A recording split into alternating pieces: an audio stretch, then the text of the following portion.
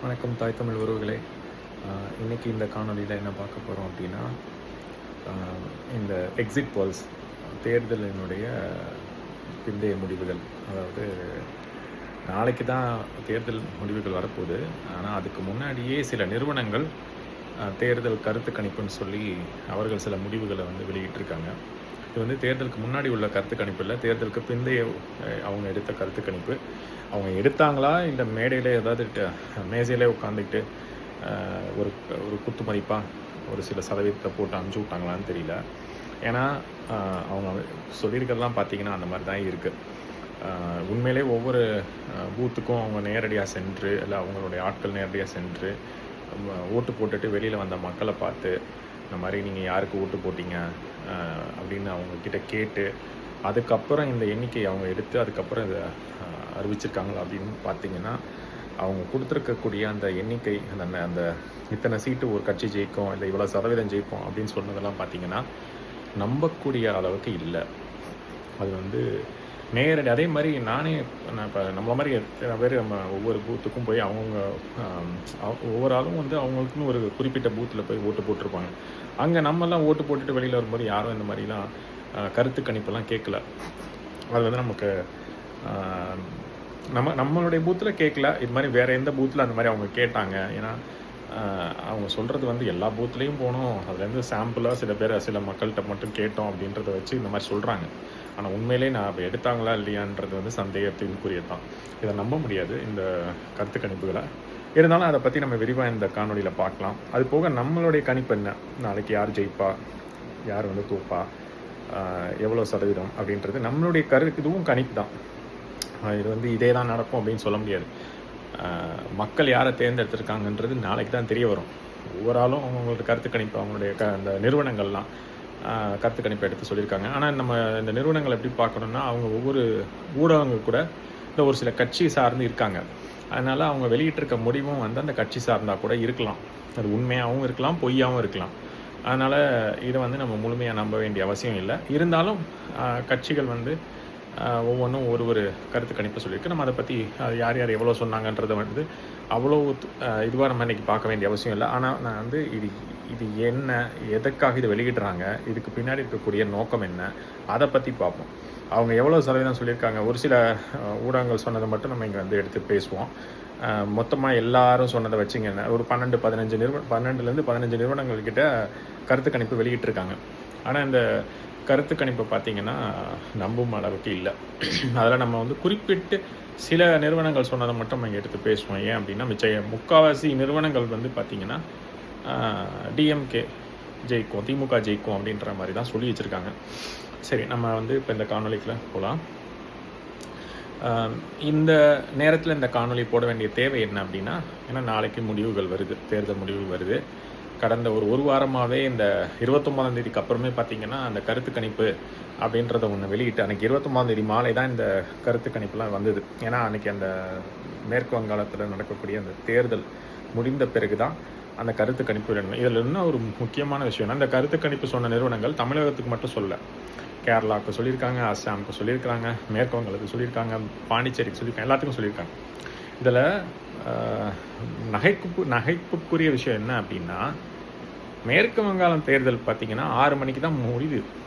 6 மணிக்கு முடிஞ்சோடனே 6:30 மணிக்கே அவங்க கருத்து கணிப்பை வெளியிடுறாங்க மேற்கு வங்காளத்துக்கு. இது எப்படி சாத்தியம் அப்படின்னு எனக்கு புரியல.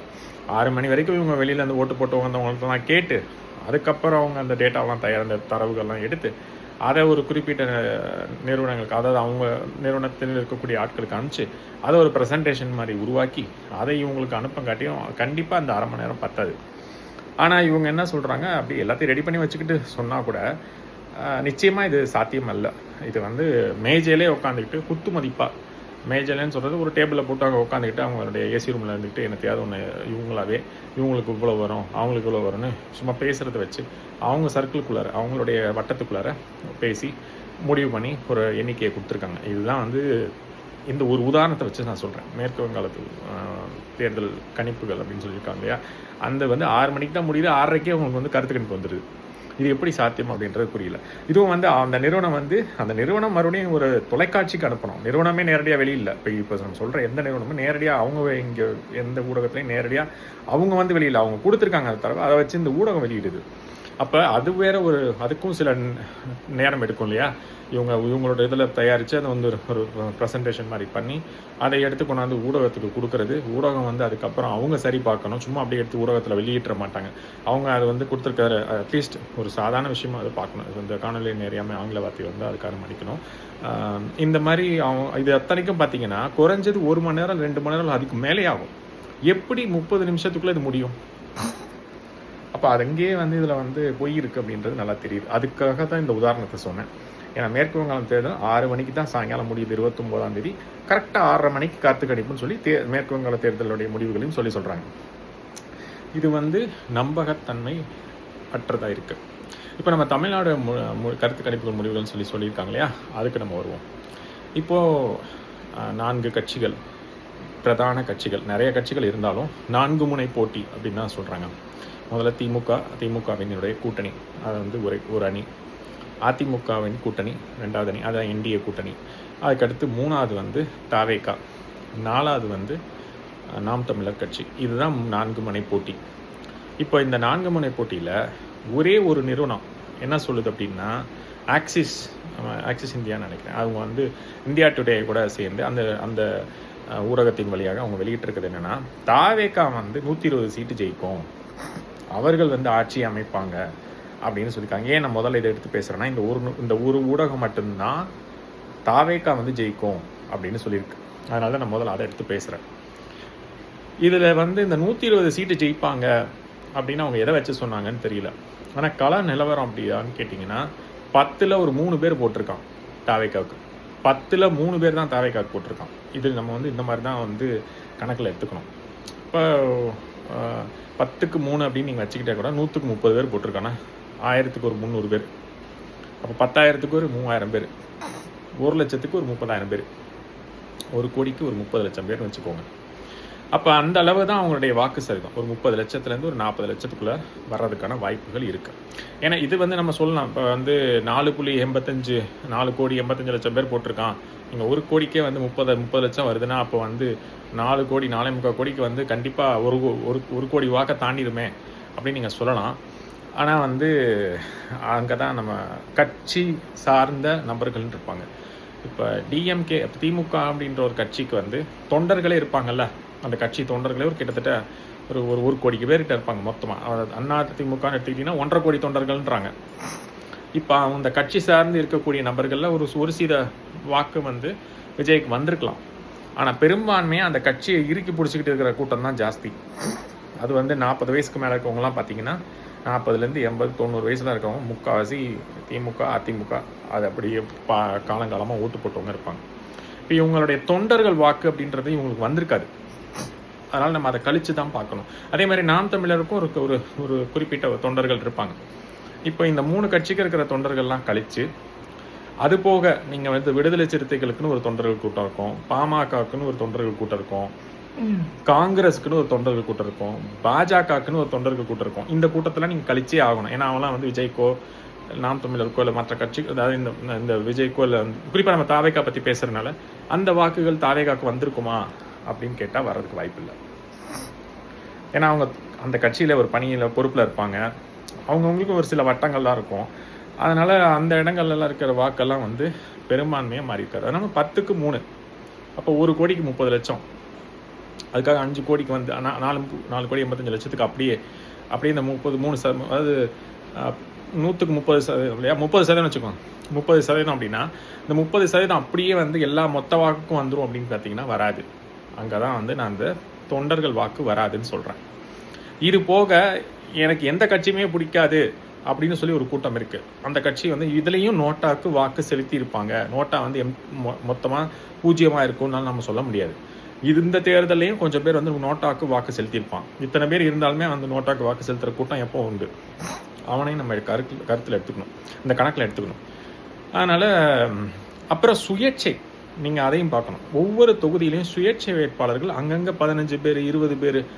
இப்போ நான் போன தொகுதியில் பார்த்தீங்கன்னா ஒரு 15 கிட்டத்தட்ட ஒரு 15 பேருக்கு மேலே சுயேட்சை வேட்பாளர்கள். அங்கே வந்து சுயேட்சை வேட்பாளர்கள் நிற்கிறான். ஒவ்வொரு தொகுதியிலையும் சுயேட்சை வேட்பாளர் இருக்கான். அப்போ அந்த சுயேட்சை வேட்பாளர்களுடைய வாக்கு அவங்க நிற்கிறாங்கன்னா அவங்களும் போய் ஓட்டு கேட்டிருப்பாங்கல்ல. அவங்களுக்குன்னு ஒரு சொந்தக்காரங்க சர்க்கிள்லாம் இருக்கும்ல, அவங்களுக்குன்னு நண்பர்கள் வட்டம் இருக்கும்ல. இவங்கெல்லாம் வந்து நிச்சயமாக வேற எந்த கட்சிக்கும் போட்டிருக்க மாட்டாங்க, அந்த சுயேட்சை வேட்பாளருக்கு தான் போட்டிருப்பாங்க. அப்போ இப்போ நான் சொல்கிறது ஒரு பூத்துலேயே 15 சுயேட்சை வேட்பாளர் நிற்கிறான். அப்போது அந்த 15 சுயேட்சை வேட்பாளருக்கு அவங்க நெருங்கின வட்டம், அவங்களுடைய குடும்பத்தினருடைய வாக்கு, சொந்தக்காரங்க வாக்கு, நண்பர்கள் வாக்கு, அவங்க அலுவலகத்தில் வேலை செஞ்சால் அங்கேயும் சில வேறு கேன்வாஸ் பண்ணிக்கலாம், மூளை செலவு செஞ்சுருக்கலாம். இவங்க எல்லாருக்கும் ஒரு ஒரு ஒரு ஒரு சுயேட்சை வேட்பாளருக்கு 100 ஓட்டுன்னு வச்சுக்கோங்க. வந்து சில பேருக்கு 300 வரும், சில பேருக்கு 500 வரும், சில பேருக்கு 5 கூட வரும், சொல்ல முடியாது. ஆனால் நம்ம தோராயமாக 100ன்னு வச்சுப்போம். ஒரு தொகுதிக்கே பார்த்தீங்கன்னா 15 சுயேட்சை வேட்பாளர் ஒரு தொகுதின்னு சொல்கிறத விட அப்படி வச்சுக்கோ. ஒரு தொகுதிக்கு வந்து ஒரு பூத்திலே, இப்போ தொகுதி கூட வேணாம், ஒரு பூத்திலே வச்சுக்குவோம்.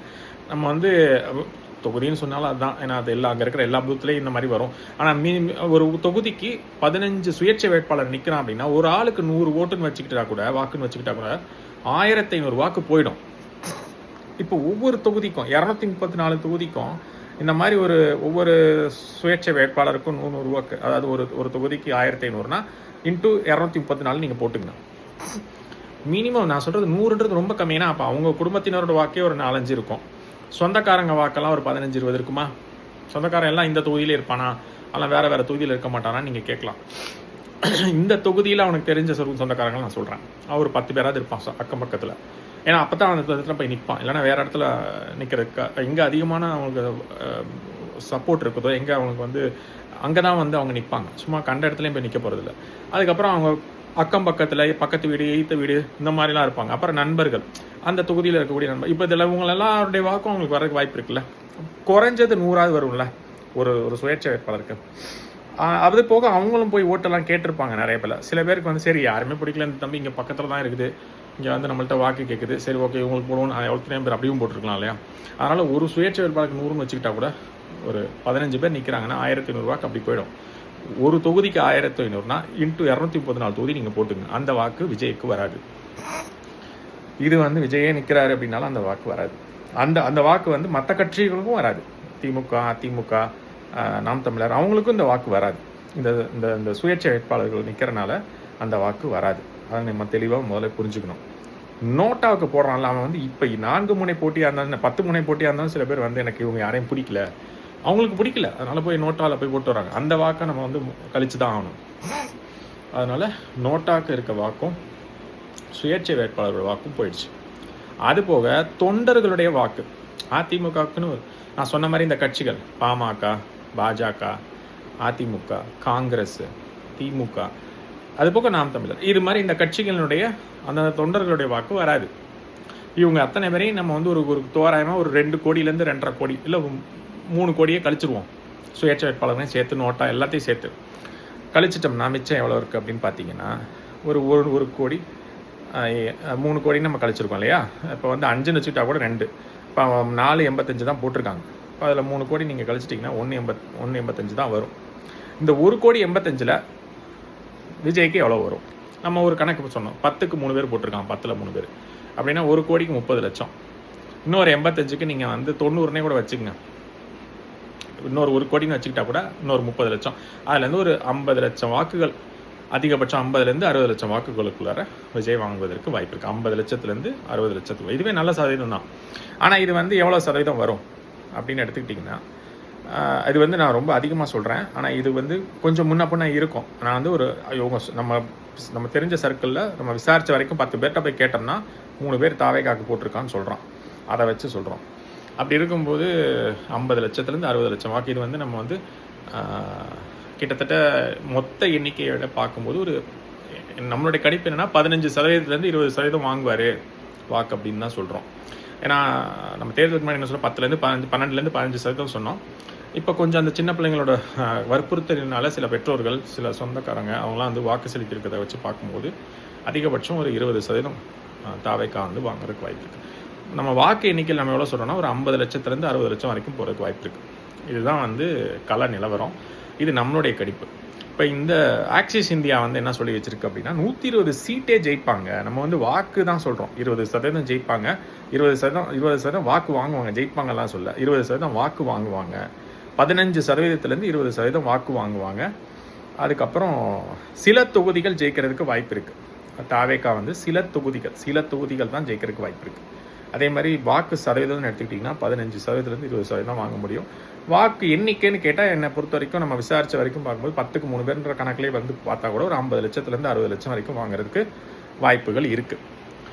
இதுதான் அவங்க அதிகபட்சமாகவே இருக்கும். இதுவே நம்ம சொன்னதே அதிகபட்சம் தான். இதுக்கு மேலே போனாங்கன்னா அது வந்து உண்மையிலே சூப்பர் டூப்பர் ஹிட்னே சொல்லிடலாம். ஆனால் அப்படி போகிறதுக்கு வாய்ப்பு இல்லைன்னு தான் என்னுடைய கணிப்பு. ஆனால் இந்த ஆக்சிஸ் இந்தியான்ற அந்த நிறுவனம் என்ன சொல்லுது, இல்லைங்க அதெல்லாம் கிடையாது, அவங்க 120 சீட்டே ஜெயிச்சிருவாங்க, அவங்க சூப்பர் டூப்பர் ஹிட் இந்த தேர்தல் அப்படிங்கிறது. இது வந்து என்னை பொறுத்த வரைக்கும் ஏற்றுக்கொள்ளப்படியாக இல்லை. ஏன்னா கள நிலவரம் அப்படி இல்லை. அதனால் நம்ம வந்து இந்த ஒவ்வொரு கட்சிக்குன்னு இருக்கிற தொண்டர்களோட வாக்கு, நோட்டா வாக்கு, சுயேட்சை வாக்கு இதெல்லாம் கழித்து பார்க்கும்போது கள நிலவரம் அப்படி இல்லை. இது போக இன்னும் சொல்லப்போனால் நிறைய பேர் வந்து விஜயோடைய ரசிகராகவே இருந்தாலும் அவன் ஒரு கட்சியோட சார்ந்து இருக்கலாம், ஏற்கனவே ஒரு கட்சிக்கு சார்ந்து இருந்திருக்கான். அந்த மாதிரி இருந்தவங்க நிறைய பேர் அப்படியே முழுசாக நான் விஜய்க்கு போகிறேன்னு மாறலை. சில பேர் அவங்கவுங்க அந்தந்த கட்சியிலே இருந்து அந்த கட்சிக்கே வாக்கு செலுத்தினவங்க உண்டாங்க. அதனால தான் தொண்டர்கள் வாக்குன்னு அதில் கழிச்சிட்டேன். அது தொண்டர்கள் வாக்குன்னு சொல்லலாம். சில பேர் தொண்டராக இருக்க மாட்டான், சாதாரணமாக ஒரு தனிப்பட்ட ஒரு நபராக இருப்பாங்க. காலங்காலமாக ஒரு கட்சிக்கு ஓட்டை போட்டுக்கிட்டு இருந்திருப்பாங்க. விஜயை பிடிக்கும், ஆனால் விஜய் வந்திருக்கிறாரு. ஆனால் விஜய்க்கு டக்குன்னு சில பேர் மாறி போட்டவனும் உண்டு.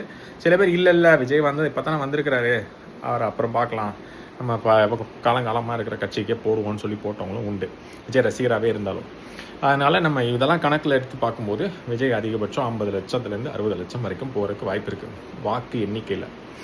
இதுதான் வந்து அவருடைய அதிகபட்ச வாக்காக இருக்கும். அதனால் இந்த 120 சீட்டு ஜெயிப்பாங்கன்னு சொன்ன அந்த ஆக்சிஸ் இந்தியாவோட கணிப்பு வந்து என்னை பொறுத்த வரைக்கும் ஒரு தவறான கணிப்பு அப்படின்றது என்னுடைய கருத்து. சரி, நம்ம அடுத்து வந்து மற்ற நிறுவனங்கள் என்ன சொன்னுச்சு அப்படின்னு பார்த்தோம்னா, CNN நியூஸ் 18 அப்படின்ற அந்த நிறுவனம் பார்த்திங்கன்னா அதிமுக ஜெயிக்கும், அதிமுக தலைமையில் கூட்டணி அதிமுகவுடைய கூட்டணி வந்து ஜெயிக்கும் அப்படின்னு சொல்லியிருக்காங்க. அவங்க ஒவ்வொருத்தவங்க ஒரு சொல்கிறாங்க 120 130 ஜெயிக்கும், 140 ஜெயிக்கும், இந்த மாதிரிலாம் சொல்லிட்டு இருக்காங்க. நம்ம இந்த இதுக்குள்ளே போக வேண்டாம், இந்த எண்ணிக்கைக்குள்ளே போக வேண்டாம். ஆனால் CNN நியூஸோடைய அவங்களுடைய சாராம்சம் என்ன, அப்படி அவங்க சொன்ன கருத்து கணிப்போட சாராம்சம் என்னன்னா அதிமுக ஜெயிக்கும் அப்படின்றத அவங்க சொல்லியிருக்காங்க. இது வந்து ஏற்றுக்கொள்ளும்படியாக இருக்கான்னு கேட்டிங்கன்னா நம்ம அது வந்து அவங்களுடைய கருத்து கணிப்பு இருக்கலாம், எல்லாமே இருக்கலாம். ஆனால் நம்ம எப்படி யோசிக்கிறோன்னா, திமுகவுக்கு ஆதரவாக இருக்கக்கூடியவங்க எல்லாரும் திமுகவுக்கு வாக்கு செலுத்திடுவாங்க இல்லையா. திமுகவுக்கு எதிர்ப்பு ஓட்டுன்னு ஒன்று இருக்கும், அது கண்டிப்பாக உண்டு. அதுதான் இந்த ஆன்டி இன்கும்பன்சின்னு சொல்கிறது. இப்போ அந்த எதிர்ப்பு ஓட்டை வந்து ஒரே ஆளுக்கே போதான்னு கேட்டால் அங்கே தான் பிரச்சனை. இப்போ தாவேக்கான்னு ஒன்று இருக்குது, நாம் தமிழர்னு ஒன்று இருக்குது.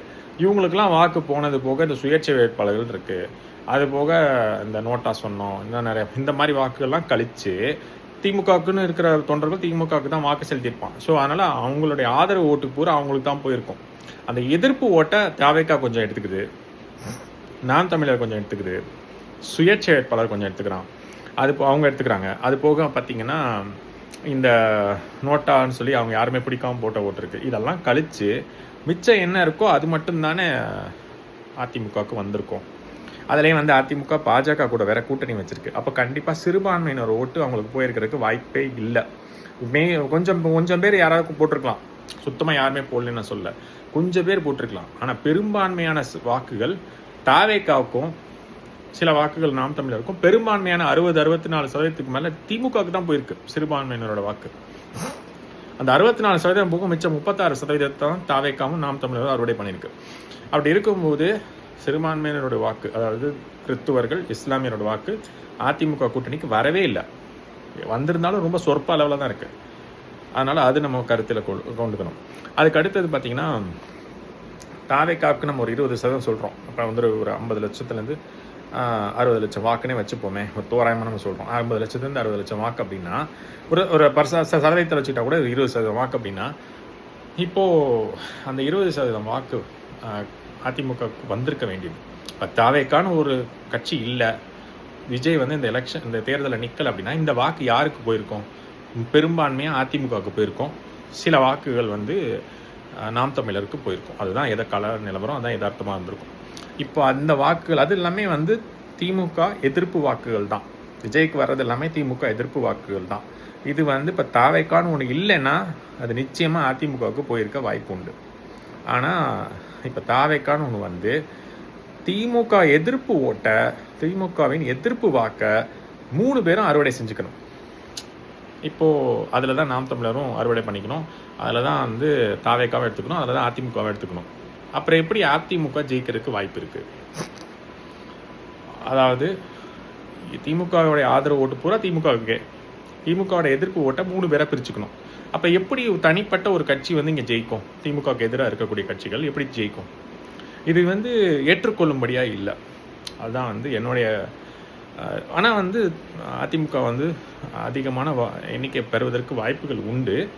ஆனால் வந்து இவங்க சொல்கிற மாதிரி ஆட்சி அமைக்கும் அப்படின்றது நம்பிக்கை, அதாவது அதை ஏற்றுக்கொள்ளும்படியாக இல்லை. காரணம் வந்து இதுதான்.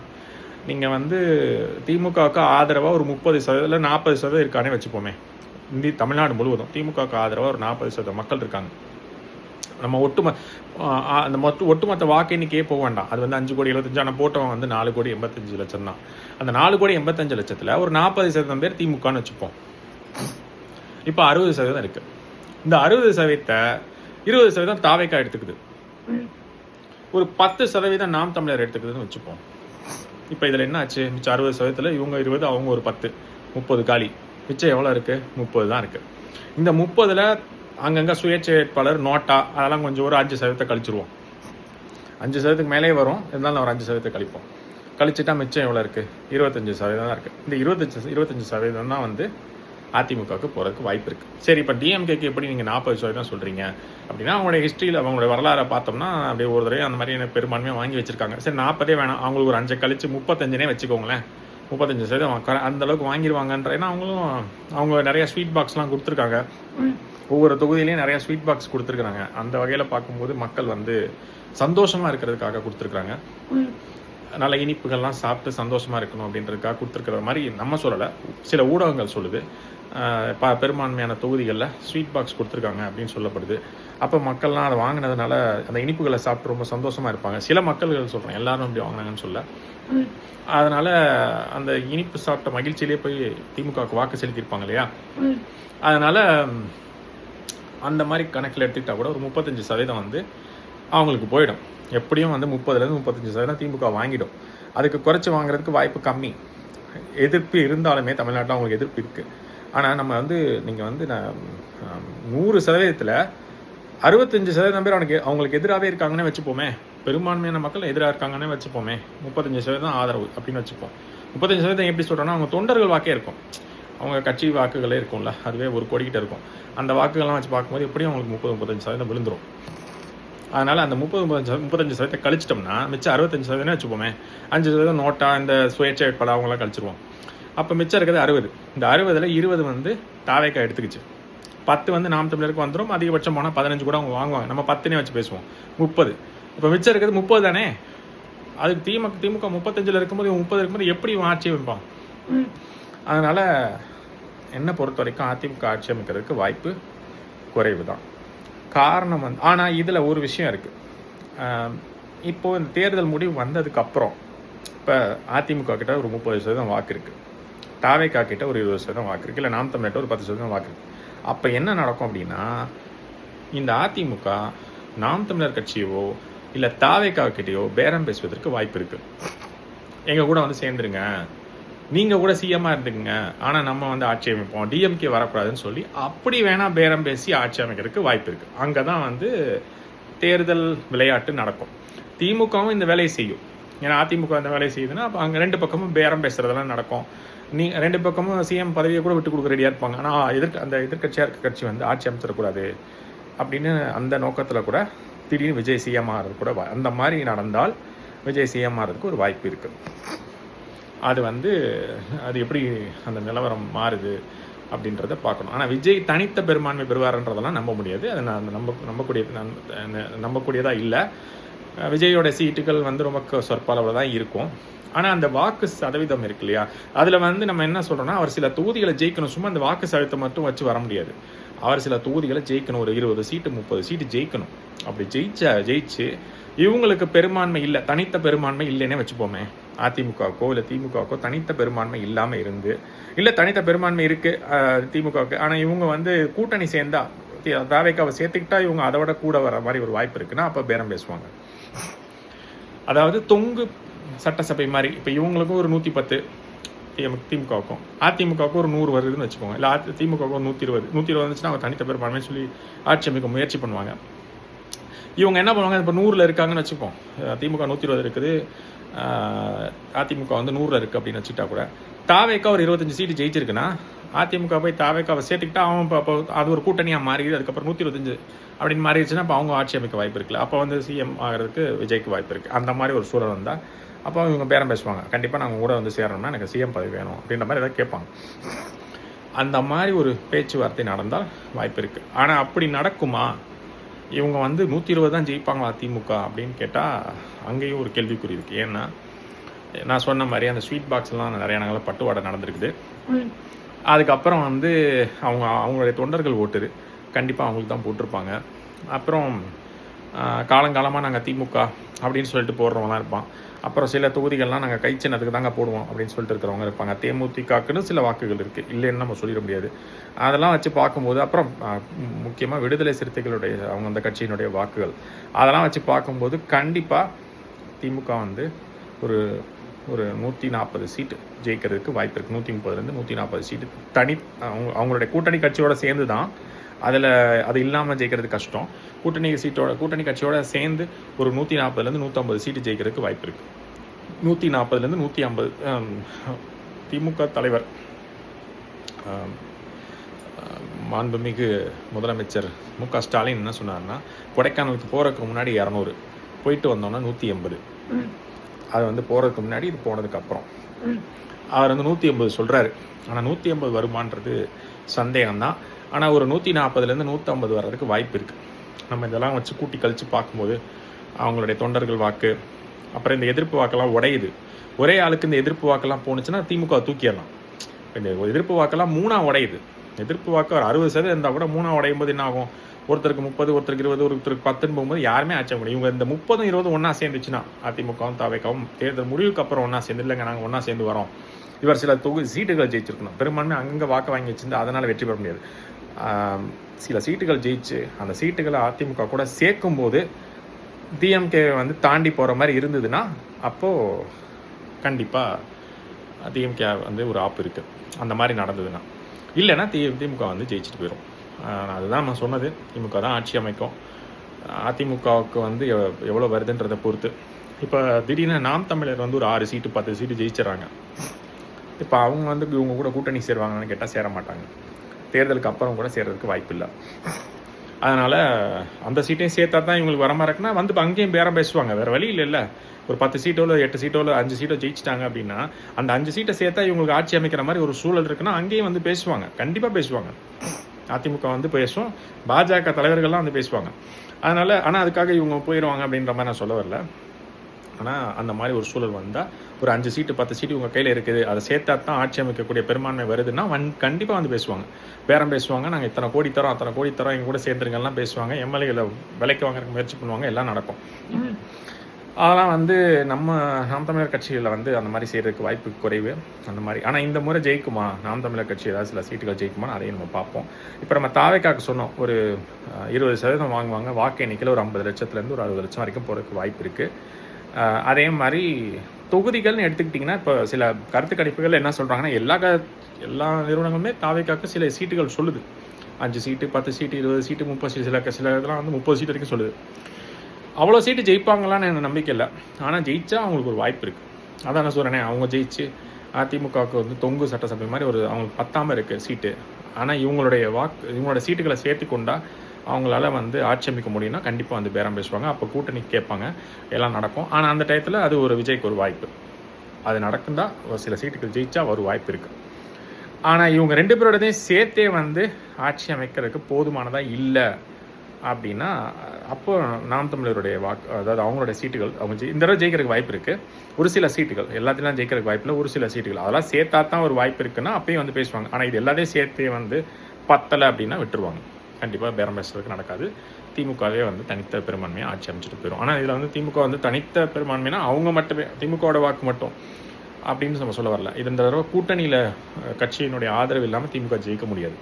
ஸோ அதனால் கூட்டணி கட்சிகள் இதில் என்ன நடக்கும்னா, இந்த கூட்டணி கட்சி கூட்டணியாகவே இருப்பானா, இல்லை தேர்தலுக்கு அப்புறம் இல்லை அத்துக்கிட்டு இல்லைன்னா நான் அங்கே போய் சேர்ந்துடுறேன், இல்லை இங்கே போய் சேர்ந்துடுறேன், நான் அதிமுக கூட்டணியில் சேர்ந்துடுறேன், இல்லை டிவிகே பக்கம் சேர்ந்துறேன்னு எதையாவது ஒன்று பேரம் பேசுவாங்களான்னு நமக்கு தெரியாது. ஏன்னா யாருமே வந்து அரசியல்ன்றது இன்றைக்கி அங்கே இருப்பான், திடீர்னு இன்னொரு இடத்துக்கு இன்னொரு கட்சிக்கு போய் தாவிட்டு இது அரசியல் அப்படின்ட்டுருவாங்க. அதனால் இந்த கூட்டணி கட்சிகளையும் இப்போ நம்ப முடியாது. இந்த திருமாவளவனோட கட்சியாக இருக்கட்டும், காங்கிரஸாக இருக்கட்டும், காங்கிரஸெல்லாம் நம்பவே முடியாது. அதனால் இந்த சீட்டுகள் வந்து திமுக மட்டும் தனித்த பெரும்பான்மையாக ஒரு 130 சீட்டு 140 சீட்டு ஜெயிச்சா தான் நிம்மதியாக இருக்கலாம். ஏன்னா அப்போ தான் இந்த கூட்டணி கட்சிகள் நிம்மதினா அவங்களுக்கு நிம்மதி, நமக்கு நிம்மதினான்னு சொல்ல வரல. அந்த கூட்டணி கட்சிகள் வந்து பேரம் பேச முடியாது, ஒரு மல்லு கட்ட முடியாது, இல்லை ஏதாவது ஒன்று நீங்கள் சரியாக நாங்கள் சொல்கிறதெல்லாம் நிறைவேற்றலை, நாங்கள் விலகிடுவோம், நாங்கள் ஆதரவு நீக்கிடுவோம், அந்த மாதிரிலாம் என்ன சொல்கிறது பிளாக்மெயில்னு சொல்லலாம். இல்லை அந்த மாதிரிலாம் எதுவும் பண்ண முடியாது. ஏன்னா இவங்களே வந்து 130 சீட்டு 120 சீட்டு வந்துருச்சுன்னா கூட இவங்க வந்து 120 பேரையும் கண்ட்ரோல் பண்ணிடுவாங்க. இவங்க கட்சி சார்ந்தவங்க 120 பேர்னா அதெல்லாம் முடிஞ்சு போச்சு. கூட்டணி கட்சினா சும்மா பேருக்குன்னு இருக்க வேண்டியதான். அவங்களோட சீட்டுகள் ஒன்றும் பெருசாக, ஆனால் அவங்க தொகுதியில் அந்த தொகுதி ஜெயிச்சது ஒரு சந்தோஷமாக இருக்கலாமே தவிர இவங்க கையில் தான் எல்லாமே கட்டுப்பாடு இருக்கும். அப்படி தானே இப்போ இருக்குது.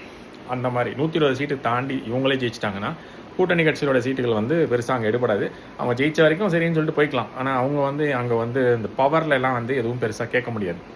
ஆனால் இப்போ திமுகவுடைய கட்சியினர் வந்து 90, 100 தான் ஜெயிச்சிருக்காங்க. இப்போ அந்த 18 சீட்டு இருக்கு இல்லையா, அந்த 118 எடுத்தால் தான் அவங்க வந்து ஆட்சி அமைக்க முடியும். அந்த 18 சீட்டுக்கு இந்த கூட்டணி கட்சியோட சீட்டு வேணும்னா அங்கே தான் வந்து ஒரு ட்விஸ்ட் இருக்குது. இப்போ இவங்களோட சேர்த்து தான் வருது அப்படின்னா இவன் அங்கே நிற்கணும். இவன் வந்து கடைசி நிமிஷத்தில் இல்லைங்க நான் வேறு கட்சியில் போய் சேர்ந்துக்கிறேன், இல்லை நான் தாவேக்கா பக்கம் போகிறேன், இல்லை அதிமுக கூட்டணியை கூப்பிட்டாங்க, பாஜகவில் கூப்பிட்டாங்க, அப்படி இப்படின்னு ஏதாவது சொல்லி பேரம் பேசுவோம். அப்போ வந்து இவங்க இந்த லாபத்துக்காக தான், பண லாபத்துக்காக ஏதாவது பேசுறதுக்கு வாய்ப்பு இருக்குது. இல்லை வந்து வேறு ஏதாவது அதிகாரத்தில் பங்கு கேட்கறதுக்கு வாய்ப்பு இருக்குது. என்ன வேணாலும் நடக்கும். அது வந்து சீட்டு பத்தாமல் இருக்கும்போது திமுகவால் அவங்களுடைய கட்சியை சேர்ந்தவங்களே ஜெயிக்காமல் இப்போ கம்மியாக ஜெயிச்சிருந்தாங்கன்னா இந்த கூட்டணி கட்சியோடைய ஆதரவோடு தான் ஆட்சி அமைக்கிற மாதிரி இருக்குன்னா அப்போ இந்த பேரங்கள்லாம் நடக்கும், பேர பேசுகிறதெல்லாம் நடக்கும். அப்போ வந்து ஒருவேளை இவங்க ரொம்ப கம்மியாக போயிட்டாங்கன்னா தாவேக்கா கிட்ட கூட வந்து பேசுறதுக்கு வாய்ப்பு இருக்குது. அதான் நான் சொல்கிறேன், அவங்க சில சீட்டுகள் ஜெயிச்சாங்கன்னா வாய்ப்பு இருக்குது. ஆனால் எவ்வளோ சீட்டு ஜெயிப்பாங்க தாவேக்கா அப்படின்னு கேட்டிங்கன்னா என்னை பொறுத்த வரைக்கும் ஒரு 10லேருந்து 15, அதிகபட்சம் 20 சீட்டு. சீட்டுலேயே நான் சொல்கிறேன், சதவீதத்துலேயும் 20 தான் சொல்கிறேன். சீட்டுலேயும் அதிகபட்சம் 20, குறைஞ்சது ஒரு 3-4 வாங்குவாங்க. குறைஞ்சபட்சம் 3-4 வாங்குவாங்க, அதிகபட்சம் 20 சொல்கிறேன். அந்த 20 சீட்டு வந்து ஒருவேளை இந்த மாதிரி 10 பத்தாமல் வரும்போது அது பெரிய விஷயமா இருக்கும் அந்த 2 கட்சிகளுக்குமே. ஏன்னா அப்போ வந்து பேரம் பேசுறதுக்கு வாய்ப்பு இருக்குது. 4 சீட்டு மினிமம் ஜெயிக்கிறதுக்கு வாய்ப்பு இருக்குது. தாவேக்கா 4 சீட்டு அது குறைஞ்சபட்சம் ஜெயிப்பாங்க. அதிகபட்சம் எவ்வளோங்க அப்படின்னா 20 வரைக்கும் ஜெயிக்கிறதுக்கு வாய்ப்பு இருக்குது.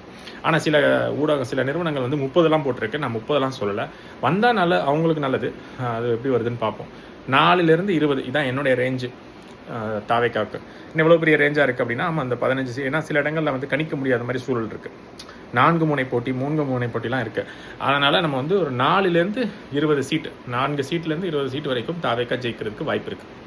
இந்த 4லேருந்து 20 ஏன் இவ்வளோ பெரிய ரேஞ்சுன்னா சில தொகுதிகளில் கணிக்க முடியாமல் இருக்குது. அந்த ஜெயிக்கக்கூடிய தொகுதிகள்லேயுமே சில எதிர்ப்புகளும் இருக்குது, கணிக்க முடியாத சூழலும் இருக்குது. அதனால தான் இந்த ரேஞ்சு கொடுத்துருக்கு. 4லேருந்து 20 சீட்டு. சதவீதம் வந்து 20% வாக்குகள் வாங்குவாங்க. மொத்தமாக 50 லட்சத்துலேருந்து 60 லட்சம் வாக்குகள் வாங்க முடியும். இந்த 50 to 60 லட்சமே வந்து பார்த்திங்கன்னா ஒரு 20 லட்சம் வந்து அவங்களுடைய ரசிகர்கள் வாக்காக தான் இருக்கும். அப்புறம் அந்த ரசிகர்களுடைய குடும்பத்தினர் வாக்கு, சொந்தக்காரங்க வாக்கு, இதுதான் இந்த 50 லட்சத்துலேருந்து 60 லட்சம் சொல்கிறது. சரி, இது வந்து தாவேக்கா. அதிமுகவுக்கு நம்ம என்ன சொன்னோம்னா 25%லேருந்து 30%. அதிமுக தனித்தனி என்னும் போது 21% வாங்கியிருந்தாங்க. அதில் கொஞ்சம் சிறுபான்மையினர் வாக்கு வந்துருந்துச்சு போன எலெக்ஷனில் 2024.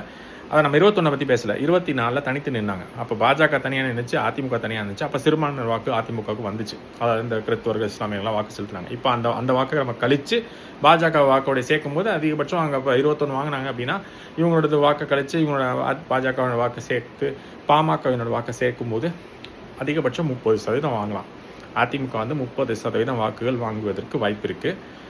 அந்த 30ன்றது 40 மாறுமா அப்படின்றது பொறுத்திருந்து தான் பார்க்கணும். நம்ம சொல்கிறது வந்து 30% வாங்குவாங்க அதிமுக அப்படின்றது நம்மளுடைய கணிப்பு. அதாவது சிறுபான்மை வாக்கை கழித்து பாஜக பாமக வாக்கெல்லாம் சேர்த்து அப்புறம் அமமுக வேறு சேர்ந்துருக்கு இல்லையா, அதெல்லாம் கணிச்சு பார்க்கும்போது 30% வாக்கு அதிமுகவுக்கு உறுதி. அதுக்கு கீழே போனாங்கன்னா உண்மையிலே அது சிறுபான்மையினரோட வாக்கு போனதும் தாவேக்காவுக்கு ரசிகர்கள் வாக்கு, அதாவது அவங்க கட்சியிலேயே விஜய் ரசிகர்கள் இருந்திருப்பாங்கல்ல, இந்த 2 டேமேஜ் தான். பாஜக கூட சேர்ந்தனால சிறுபான்மை வாக்கு போயிடும், விஜய் ரசிகர்களோட வாக்கு போயிருக்கும் கண்டிப்பாக. அப்புறம் இப்போ வந்து சீமானவர்களும் நாம் தமிழர் கட்சியும் வந்து ஆக்ரோஷமாக அந்த தேர்தலில் வேலை பார்த்துருக்காங்க. அந்த கள நிலவரத்துப்படி பார்க்கும்போது இந்த அதிமுகலேருந்து சில பேர் நாம் தமிழருக்கும் போயிருக்காங்க, திமுகலையும் போய் சேர்ந்துருக்காங்க சில பேர். அதிமுக பிடிக்கலன்னு, ஏன்னா 3 உடஞ்சு போச்சு 4 உடஞ்சு போச்சுன்னு சொல்லிட்டு சில பேர் திமுக இங்கே வந்து ஒரு முதலமைச்சராக இருந்து கட்சியினுடைய தலைமை ஒருங்கிணைப்பாளரே போய் திமுகவில் சேர்ந்துட்டாரு இந்த தேர்தலில். அப்படி இருக்கும்போது தொண்டர்கள்லாம் என்ன ஏமாத்துக்கள், தலைவரே போய் சேர்றாரு, அப்புறம் தொண்டர்கள்லாம் போக மாட்டாங்களா? அதனால் அந்த வகையில் பார்க்கும்போது இந்த 30% வந்து இந்த அமமுக பாஜக பாமகலாம் சேர்ந்துருக்கனால, அதிமுக மட்டும் ஒரு தனியான்னு பார்த்தீங்கன்னா ஒரு 20%, இவங்கெல்லாம் சேர்ந்தனால ஒரு 10% வச்சா கூட 30%. இதுதான் வந்து அதிமுகவுக்கு அதிகபட்சம் கிடைக்கக்கூடியது. தாவேக்காவுக்கு 20%, அதிமுகவுக்கு ஒரு 30%. நாம் தமிழருக்கு எவ்வளோ வாங்குவோம் அப்படின்னு பார்த்தீங்கன்னா ஒரு 10% வாக்குகள் வாங்குவதற்கு வாய்ப்பு இருக்குது. போன தடவை 8.22. ஆனால் இவங்க என்ன நினச்சிட்டு இருக்காங்க, நாம் தமிழரோட வாக்கு தான் வந்து தாவேக்காவுக்கு போயிருக்கோம் அப்படின்னு. நாம் தமிழரோட வாக்கு தாவேக்காவுக்கு போகிறதுக்கு வாய்ப்பு இல்லை. ஏன்னா இவர் வந்து தமிழ் தேசிய கொள்கையே பேசலை, இவர் திராவிட கொள்கையை பேசிட்டு பெரியாரை தூக்கிட்டு வர்றாரு. அதுக்கப்புறம் வந்து அம்பேத்கர்ன்றாரு. அதுக்கப்புறம் வந்து அப்புறம் இந்த பக்கம் தமிழ் தேசிய சார்ந்த சில விஷயங்களை சொல்லி போட்டிருக்காரு. ஒரு மிக்சர் கட்சி தான் தாவேக்கா. அதனால் அவங்களுடைய கொள்கைகள், அவங்களுடைய சொல்கிற இலவச அறிவிப்புகள் இதெல்லாம் பார்க்கும்போது கிட்டத்தட்ட திராவிடம் தான். அது வந்து தமிழ் தேசியம்லாம் கிடையாது. அதனால் அப்போ திராவிடர்களுடைய வாக்கு தான் இங்கே வரும். அப்போ திமுகவுடைய வாக்கு தான் இங்கே வருமே தவிர நாம் தமிழோட வாக்கு அங்கே போகிறதுக்கு வாய்ப்பு ரொம்ப ரொம்ப ரொம்ப ரொம்ப குறைவு. கொள்கை அடிப்படையில் பார்க்கும்போது ரசிகர்கள் வாக்கு தானே, அதனால் வந்து இங்கேருந்து ரசிகர்களாகவே இருந்தாலும் இவங்க கொள்கையை பிடிச்சி வந்தவன் தான் இங்கே இருந்திருப்பான். அதனால் இங்கேருந்து பெரும்பான்மை அங்கே போய் வாக்கு செலுத்திருக்க வாய்ப்பில்லை. ஒரு சில பேர் இந்த எந்த கட்சியும் சாராமல் தனித்திருந்து சரி ஒரு தடவை சீமான் செலுத்தணும், இந்த தடவை வந்து தாவேக்கா புதுசாக வந்திருக்கு தாவேக்காவுக்கு வாக்கு செலுத்தணும், அந்த மாதிரி இது வந்து ஒரு மைக்ரேட்டிங் ஓட்டர்ஸ். இவங்க வந்து இப்போ எந்த ஒரு கட்சிக்கும் சார்பாக இருக்க மாட்டாங்க. இப்போது தொண்டர்கள் வாக்குனா அது அவங்களுக்கே போயிடும். ஒரு 2 கோடி வாக்கு சொல்கிறேன் இல்லையா, இது 3 கட்சிக்கும் தொண்டர்கள் வாக்குன்னு போயிடும். இல்லை 4 கட்சி இப்போ தாவேக்காவும் வந்துச்சுன்னா ஃபேன் பேஸ்ட் ஓட்டுன்னு வச்சுட்டா கூட 4 கட்சிக்கு ஒரு 2.5 கோடி தொண்டர்கள் வாக்குன்னு வச்சுக்கிட்டா கூட தொண்டர்களோட ஃபேமிலி அவங்க ரிலேஷன் இவங்க எல்லாரையும் கன்வின்ஸ் பண்ணுவாங்க.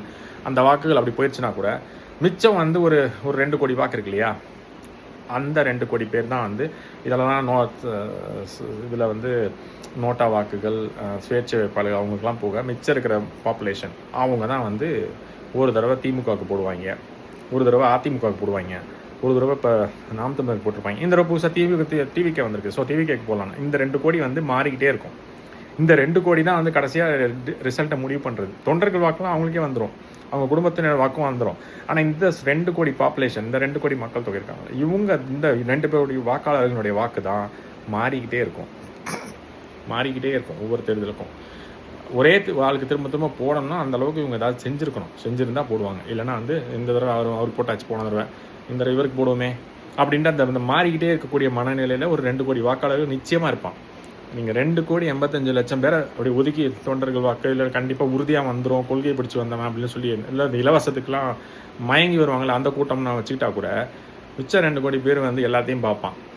ஓ இங்கே 8,000 ரூபா கூப்பனு, அங்கே 10,000 ரூபா ஃப்ரிட்ஜு, இப்போ 10,000 வேறு தராரு, ஃப்ரிட்ஜ் வேறு தராரு, இங்கே வந்து இவர் 2,500 சொல்லியிருக்காரு. இந்த மாதிரிலாம் உட்காந்து அனலைஸ் பண்ணிகிட்டு இருப்பாங்க.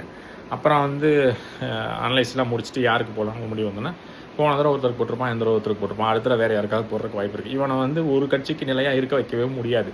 அதனால தான் இவன் வந்து ஒரு ஆசிலேட்டிங் பண்ணிவிட்டு அவனோட மனம் வந்து ஊசலாடிட்டே இருக்கும். இந்த தடவை அவனுக்கு போட்டான், அடுத்த தடவை அவனுக்கு போடுவோம் அப்படின்னு போயிட்டே இருப்பாங்க. ஒரு கட்சி சார்ந்து இருக்க மாட்டாங்க. அந்த 2 கோடி வாக்கு தான் வந்து யார் ஆட்சியாக அமைக்கணுன்றதை தீர்மானிக்கும். ஆனால் அது வந்து உறுதிப்பட சொல்ல முடியாது. அதனால தான் நம்ம வந்து என்ன சொல்கிறோம், தொண்டர்கள் வாக்கு உறுதியாக அவங்க அந்த கட்சிக்கு போயிட்டா கூட இந்த 2 கோடி பேர் தான் வந்து தீர்மானிப்பான் என்ன நடக்கணும் அப்படின்னு. இதுதான் வந்து இப்போ இருக்கக்கூடிய சூழல். ஸோ நம்ம சொன்னபடி வந்து நாம் தமிழர் வந்து போன தடவை 8.22% வந்து சட்டசபை தேர்தல் கிடையாது. அந்த 8.22ன்றது மத்தியில் பாஜக இருக்கணுமா காங்கிரஸ் இருக்கணுமான்ற அந்த தேர்தலுக்கு நாம் தமிழர் கட்சிக்கு 8.22% போட்டிருக்காங்க. எப்படியும் இவங்க போய் அங்கே ஆட்சி அமைக்க போகிறது கிடையாது, அது நல்லாவே தெரியும். இருந்தாலும் ஏன் இவங்களுக்கு போட்டிருக்காங்கன்னா இவங்க மேலே இருக்கக்கூடிய அந்த கொள்கையை பிடிச்சி தான் போட்டிருக்காங்க. உங்களுடைய கொள்கை தமிழ் தேசிய கொள்கை பிடிச்சி தான் போட்டிருக்கீங்க. நிச்சயமாக அங்கே வந்து மோடியோ ராகுல் காந்தி அவர்கள் தான் வரப்போகிறாங்கன்னு தெரியும். இருந்தாலும் அந்த தேர்தலில் 8.22% இவங்க, அதாவது 37 லட்சம் வாக்குகள் போட்டிருக்காங்க அப்படின்னா கண்டிப்பாக இது வந்து பிரதமர் இவங்க ஆக போகிறது இல்லைன்னு தெரியும். இவங்களுடைய 40 வேட்பாளர்கள் யாரும் வந்து அந்த தேர்தலில் கண்டிப்பாக பிரதமர் ஆக போகிறது இல்லைன்னு தெரியும். தெரிஞ்சே போட்டிருக்காங்க அப்படின்னா என்ன அர்த்தம்னா கொள்கையை பிடிச்சி தான் போட்டிருக்காங்க. ஆனால் இந்த தடவை இது சட்டசபை தேர்தல். இதில் ஜெயிச்சா சீமானந்த் அவர்கள் ஆட்சியை அமைக்க முடியும். அப்படி இருக்கும்போது எப்படி வாக்கு சதவீதம் குறையும் அப்படின்னு எனக்கு தெரியல. கண்டிப்பாக வந்து வாக்கு சதவீதம் கூடுவதற்கு தான் வாய்ப்பு இருக்குது. ஏன்னா இந்த முறை வந்து திமுக ஏற்கனவே பார்த்தீங்கன்னா 10 வருஷம் அதிமுக தொடர்ச்சியாக, அதுக்கப்புறம் 2 தலைவர்கள் மறைவு, அதுக்கப்புறம் அதிமுக மேலே பல குற்றச்சாட்டுகள். சரின்னு சொல்லிட்டு ஒரு ஸ்டாலின் புதுசாக வந்திருக்காருன்னு சொல்லிட்டு, அவங்க கட்சி ரொம்ப வருஷமாக இருந்தாலும் ஸ்டாலின் வந்து அதுக்கு முன்னாடி ஆட்சி பண்ணலை, அதனால் சரி அவருக்கு ஒரு வாய்ப்பு கொடுப்போம்னு சொல்லி கொடுத்துட்டாங்க. இப்போ அதுவும் முடிஞ்சு போச்சு. இப்போ அந்த ஆட்சி எந்த லட்சணத்தில் இருக்குன்னு தமிழ்நாடு மக்களுக்கு நல்லாவே தெரியும். அதனால் எடப்பாடி அவர்களும் ஆண்டுட்டார், ஸ்டாலின் அவர்களும் ஆண்டுட்டார், புதுசாக ஒருத்தர் வந்திருக்காரு அப்படின்னு சொல்லிட்டு, அதனால் அதுதான் வந்து அது ஆக்சிஸ் இந்தியா என்ன நினைக்கிறதுனா இந்த வந்து விஜய் வருவார் அப்படின்னு நினச்சா அவங்க ஒரு கணிப்பை போட்டு வச்சுருக்காங்க. இப்போது விஜய் வருவாரா மாட்டாரான்னு கேட்டிங்கன்னா, நான் சொன்ன மாதிரி அதிமுகவுக்கு வந்து வாக்கு ரொம்ப, அதாவது சீட்டுகள் எண்ணிக்கை ரொம்ப குறைவாக இருந்து தாவேக்காவோட சீட்டை சேர்த்தா தான் ஆட்சி அமைக்கிற மாதிரி ஒரு வாய்ப்பு இருந்தால் கண்டிப்பாக தாவேக்காவினர் விஜய் தான் சிஎம்மாக வரணும்னு பேரம் பேசுவாங்க. அங்கே தான் வந்து டிஎம்கேவையும் அப்ரோச் பண்ண வாய்ப்பு இருக்குது. ஏன்னா இவங்க சேர்த்துட்டாங்கன்னா அவன் ஆட்சி அமைச்சிருவான்றனால அவங்க அதை தடுக்கிறதுக்கு முயற்சி பண்ணுவாங்க. அவங்க வந்து பேரம் பேசுவாங்க. 2 பக்கம் பேரம் நடக்கும். இதில் விஜய் வந்து எங்கே போகிறாரு அப்படின்றத வச்சு கூட முடிவாகிறதுக்கு வாய்ப்பு இருக்குது. அப்போ வந்து அவர்கிட்ட கொஞ்சம் சீட்டுகளாவது இருக்கணும், ஒரு 20 சீட்டாவது 25 சீட்டாவது இருக்கணும். நான் வந்து அதிகபட்சம் 20 வாங்குவார் அப்படின்னு சொல்கிறேன். இந்த 20 எந்த தொகுதின்றதெல்லாம் இப்போ கஷ்டம் கணிக்கிறது. அதுதான் இந்த தேர்தலில் ரொம்ப கடினமான ஒரு இது. ஆனால் 4 சீட்டுலேருந்து 20 சீட்டு வாங்கும்போது அந்த 20 சீட்லாம் வாங்கி வச்சுருந்தாரு, அந்த 20 சீட்டு சேர்த்தா தான் அதிமுக வந்து ஆட்சி அமைக்கிற மாதிரி இருக்குன்னா கண்டிப்பாக போய் பேரம் பேசுவாங்க. அப்போ வந்து விஜய் வர்றதுக்கு ஒரு வாய்ப்பு இருக்குது. இப்போ நாம் தமிழர்கிட்ட வந்து ஒரு 10% வாக்காது மீனி குறைஞ்சபட்சம் வரும், அதிகபட்சம் 15%. அவங்க உழைச்ச அந்த உழைப்பை பார்க்கும்போது 15% வரைக்கும் வரக்கு வாய்ப்பு இருக்குது. ஒரு சில தொகுதிகள் இந்த தடவை ஜெயிப்பாங்க. இது வரைக்கும் நாம் தமிழர் வந்து ஜெயிக்கவே இல்லை. இப்போ பெரும்பான்மையாக வாக்கு வாங்கி வச்சுருப்பாங்க, ஆனால் எந்த தொகுதியிலையும் ஜெயிக்கலை. இந்த தடவை வந்து 2 தொகுதியிலேருந்து 6 தொகுதி ஜெயிக்கிறதுக்கு வாய்ப்பு இருக்குது. 2 தொகுதியிலேருந்து 6 தொகுதி ஜெயிக்கிறதுக்கு நாம் தமிழருக்கு வாய்ப்பு இருக்குது. அந்த வாய்ப்பை இவங்க பயன்படுத்தியிருக்காங்களா, மக்கள் ஆதரிச்சிருக்காங்களான்றது பொறுத்து பார்க்கணும். நம்ம சொல்கிறது 2லேருந்து 6, தாவேக்காவுக்கு 4லேருந்து 20 இந்த ரேஞ்சுக்குள்ளே தான் இருக்கும். அதிமுகவுக்கு வந்து 30% போது அவங்க வந்து ஒரு 100 சீட்டாவது குறைஞ்சது வாங்கிடுவாங்க. 90லேருந்து 100 அந்த ரேஞ்சுக்குள்ளே வாங்கிடுவாங்க. ஆனால் அவங்க 120 வாங்குவாங்கன்றதை பொறுத்து இருந்து தான் பார்க்கணும். நம்ம வந்து 90லேருந்து 100, 90 to 100 இதுக்குள்ளே வாங்கிடுவாங்க அதிமுக அப்படின்றது நம்ம எதிர்பார்க்குறோம். இப்போ அதிமுக 90 to 100, சரி 90 வச்சுப்போம். அதிமுக 90, தாவேக்கா ஒரு 20, நாம் தமிழர் வந்து ஒரு 2லேருந்து ஒரு 6 சீட்டு, சரி 2 சீட்னே வச்சுப்போம். இவங்க ஒரு 90, அவங்க ஒரு 20, இவங்க ஒரு 2 அப்படின்னா எல்லாத்தையும் நீங்கள் கூட்டினீங்கன்னா கூட 112 தான் வரும். ஆனால் இப்போ திமுக வந்து மொத்தமாக 122 அடிச்சிருச்சு அப்படின்னா ஆட்சி அமைச்சிட்டு போயிடுவாங்க. இவங்க 3 சேர்த்தா கூட ஆட்சி அவங்களுக்கு எந்த பிரச்சனையும் கிடையாது. அதனால் என்னை பொறுத்த வரைக்கும் இந்த தடவையும் திமுக தான் ஆட்சி அமைக்கும். அது வந்து பெரும்பான்மையான ஊடகங்கள் வந்து சொல்லியிருக்கு. ஒரு 8 நிறுவனங்கள் வந்து திமுக தான் ஆட்சி அமைக்கும்னு சொல்லியிருக்கு. அந்த எண்ணிக்கை தான் மாறுது. ஒருத்தர் 120 சொல்கிறான், ஒருத்தர் 140 சொல்கிறான், ஒருத்தர் 160 சொல்கிறான். சிஎம் அவர்கள் என்ன சொல்கிறாரு, நான் 150 ஜெயிப்போம். முதல்ல கொடைக்கானலுக்கு முன்னாடி போகிறதுக்கு முன்னாடி 200 சொன்னார், வந்ததுக்கப்புறம் 180. அதுலேருந்து நம்ம ஒரு 30 சீட்டு கழிச்சே சொல்லுவோம். ஒரு 140லேருந்து 150 அவங்க ஜெயிக்கிறாங்கன்னா இது எங்கே குறையும் அப்படின்னா அதிமுகவுக்கு தான் குறையும். இப்போ நம்ம 90 சொல்கிறோம். இப்போ இந்த 90 நம்ம எதை வச்சு சொல்கிறோம் அப்படின்னா திமுக வந்து ஒரு 120லேருந்து 130 வருதுன்னு வச்சுக்கிட்டு சொன்னோம்னா இந்த கணிப்பு கரெக்டாக இருக்கும். 120லேருந்து 130 அந்த ரேஞ்சுக்குள்ளே அவங்க வந்தாங்கன்னா இந்த வாக்கு எண்ணிக்கை, அதாவது இந்த சதவீதம், இந்த சீட்டுகள் எண்ணிக்கை கரெக்டாக இருக்கும். திமுக ஒரு 130 வருது அப்படின்னா இவங்க ஒரு 85 to 90 வரதுக்கு வாய்ப்பு இருக்குது. இவங்களோட ரேஞ்சு வந்து அந்த 85 to 100 தான். அதிமுகவோட ரேஞ்ச் வந்து 85 சீட்டுகள்லேருந்து 100 சீட்டு இந்த ரேஞ்சுக்குள்ளே தான் இவங்களுடைய எண்ணிக்கை இருக்கும்ன்றது என்னோட கணிப்பு. ஆனால் சில ஊடகங்கள் வந்து சொன்ன மாதிரி CNN நியூஸ் வந்து அவங்க வந்து இவங்க ரொம்ப அதிகமான சீட்டு இவங்க ஜெயிச்சிருவாங்க, 140 150 சீட்டுக்கு மேலே ஜெயிப்பாங்கன்ற மாதிரி தான் அவங்க சொல்கிறாங்க. நம்ம வந்து பார்க்க 136 140 போட்டிருந்தாங்க. அது மாதிரி அவங்க மட்டும் தான் சொல்லியிருக்காங்கன்னா ஒருத்தர் சொல்லியிருந்தார், JCV ஸ்ரீராம்னு நினைக்கிறேன், அவர் வந்து அவருடைய கருத்து சொல்லியிருந்தார். அவங்களும் வந்து அதிமுக வந்து அதிக சீட்டுகளை வித்தியாசத்தில் ஜெயிக்கும் அப்படின்னு சொல்லியிருந்தாங்க. இன்னொரு சில சில நிறுவனங்கள் ஒரு 3-4 நிறுவனங்கள் வந்து அதிமுக ஜெயிக்கும்னு சொல்லுது. மிச்சம் எல்லா நிறுவனங்களும் டிஎம்கே ஜெயிக்கும்னு தான் சொல்லுது. அதுதான் வந்து கல யதார்த்தம். நம்ம ஒரு சின்ன கணிப்பு ஒரு கணிப்பு, அதாவது நம்ம வந்து சின்ன ஒரு கணக்கு போட்டாவே தெரிஞ்சிடும். திமுகவுக்கு ஒரு 35% இருக்குது. மொத்தம் 4,85,00,000 பேர் வாக்கு செலுத்தியிருக்காங்கல்ல. அதில் திமுக ஆதரவு 35% வச்சுக்கிட்டா கூட மிச்சம் 65% இவங்க 3 பேரும் ஷேர் பண்ணணும், பிரிச்சுக்கணும். அதில் 10% நாம் தமிழர், 20% தாவேக்கா, 30% இவங்களுக்கும் போச்சுன்னா 60 முடிஞ்சு போச்சு. அந்த 5% வந்து இந்த நோட்டா வாக்குகளும் இந்த சுயேட்சை வேட்பாளர்கள் இருக்காங்களா அவங்களோட வாக்குகளும். அப்படி இருக்கும்போது 30%ன்றது 35 மாறினா வாய்ப்பு இருக்குது. ஆனால் 30 எப்படி 35 மாறும்? அது வாய்ப்பு இல்லை. அதனால் இவங்க வந்து திரும்ப தாவேக்கா அணுகி அவங்க ஜெயிச்சிருந்தாங்க, சில சீட்டுகள் ஜெயிச்சிருந்தாங்கன்னா அது சேர்த்தா தான் ஆட்சி அமைக்க மாதிரி ஒரு சூழல் இருந்தால் பண்ணலாம். ஆனால் இதில் திமுக வந்து அவங்க கூட்டணி கட்சியெல்லாம் வந்து இந்நேரம் வந்து ஒரு கட்டுப்பாட்டில் வச்சுருக்கோம். அவங்கெல்லாம் அவங்க எல்லாத்தையும் வந்து பேசி ஒரு அதாவது ஜெயிச்சதுக்கப்புறம் போயிடாமல் இருக்கிறதுக்காக பேசி வச்சுருப்பாங்க. கண்டிப்பாக ஒரு 130 சீட்டு ஜெயிச்சிட்டாங்கன்னா ஆட்சி அமைச்சிருவாங்க. அவங்க வந்து அவங்க நினச்சிக்கிட்டு இருக்க மாதிரி நான் 180 ஜெயிச்சிருவேன், 200 ஜெயிச்சிருவேன், 234 அதெல்லாம் கப்ஷாக்கு அதெல்லாம் நடக்காது. ஏன்னா அவங்களுக்கு எதிர்ப்புகள் அதிகமாகிட்டே போகுது. நான் இதை வச்சு சொல்கிறேன். இன்னொரு காரணம் வந்து அதிமுக 2 தடவை தொடர்ச்சியாக வந்தது. எப்போவுமே அதிமுக வந்துட்டு இருந்தது. இப்போ அந்த 2011லேருந்து 21 வரைக்கும் 2 தடவை இவங்க வந்துட்டாங்க. அதை வந்து சமன் செய்வதற்காக கண்டிப்பாக திமுக வந்து இந்த 2வது தடவை வரும். அதை சமன் செய்வதற்காகவே வரும். வந்துட்டு 29லேயே அது முடிஞ்சு இந்த ஒரே நாடு ஒரே தேர்தலாக வருதா, இல்லை 31 வரைக்கும் இது நீடிக்க போதான்றது பொறுத்திருந்து பார்க்கணும். ஆனால் இந்த 5 ஆண்டுகளில் பல்வேறு கடன்கள் வாங்குவாங்க. இன்னும் சட்ட ஒழுங்கு பிரச்சனைகள் அதெல்லாம் அதிகமாகும். இன்னும் கொடுமையான சம்பவங்கள்லாம் தமிழகத்தில் அரங்கேற்ற காத்திருக்கிறது. அதெல்லாம் வந்து நம்ம பார்க்க வேண்டிய சூழல் இருக்கிறது. அப்போ தான் வந்து திமுகவுடைய அந்த இதான் என்னோட ரியல் ஃபேஸ் அப்படின்னு இப்போவே காமிச்சிக்கிட்டு இருக்காங்க. இனிமேல் தான் நீங்கள் இன்னும் நல்லா பார்ப்பீங்க. அதெல்லாம் ஒன்றா பார்க்க ஆரம்பித்தோன்னே, ஏற்கனவே நிறைய பார்க்க ஆரம்பிச்சிட்டிங்க. இனிமேல் தான் பெரிய விஷயங்கள்லாம் பார்க்க ஆரம்பிப்பீங்க. இன்னும் பெரிய விஷயங்கள்லாம் பார்க்க ஆரம்பிப்பீங்க.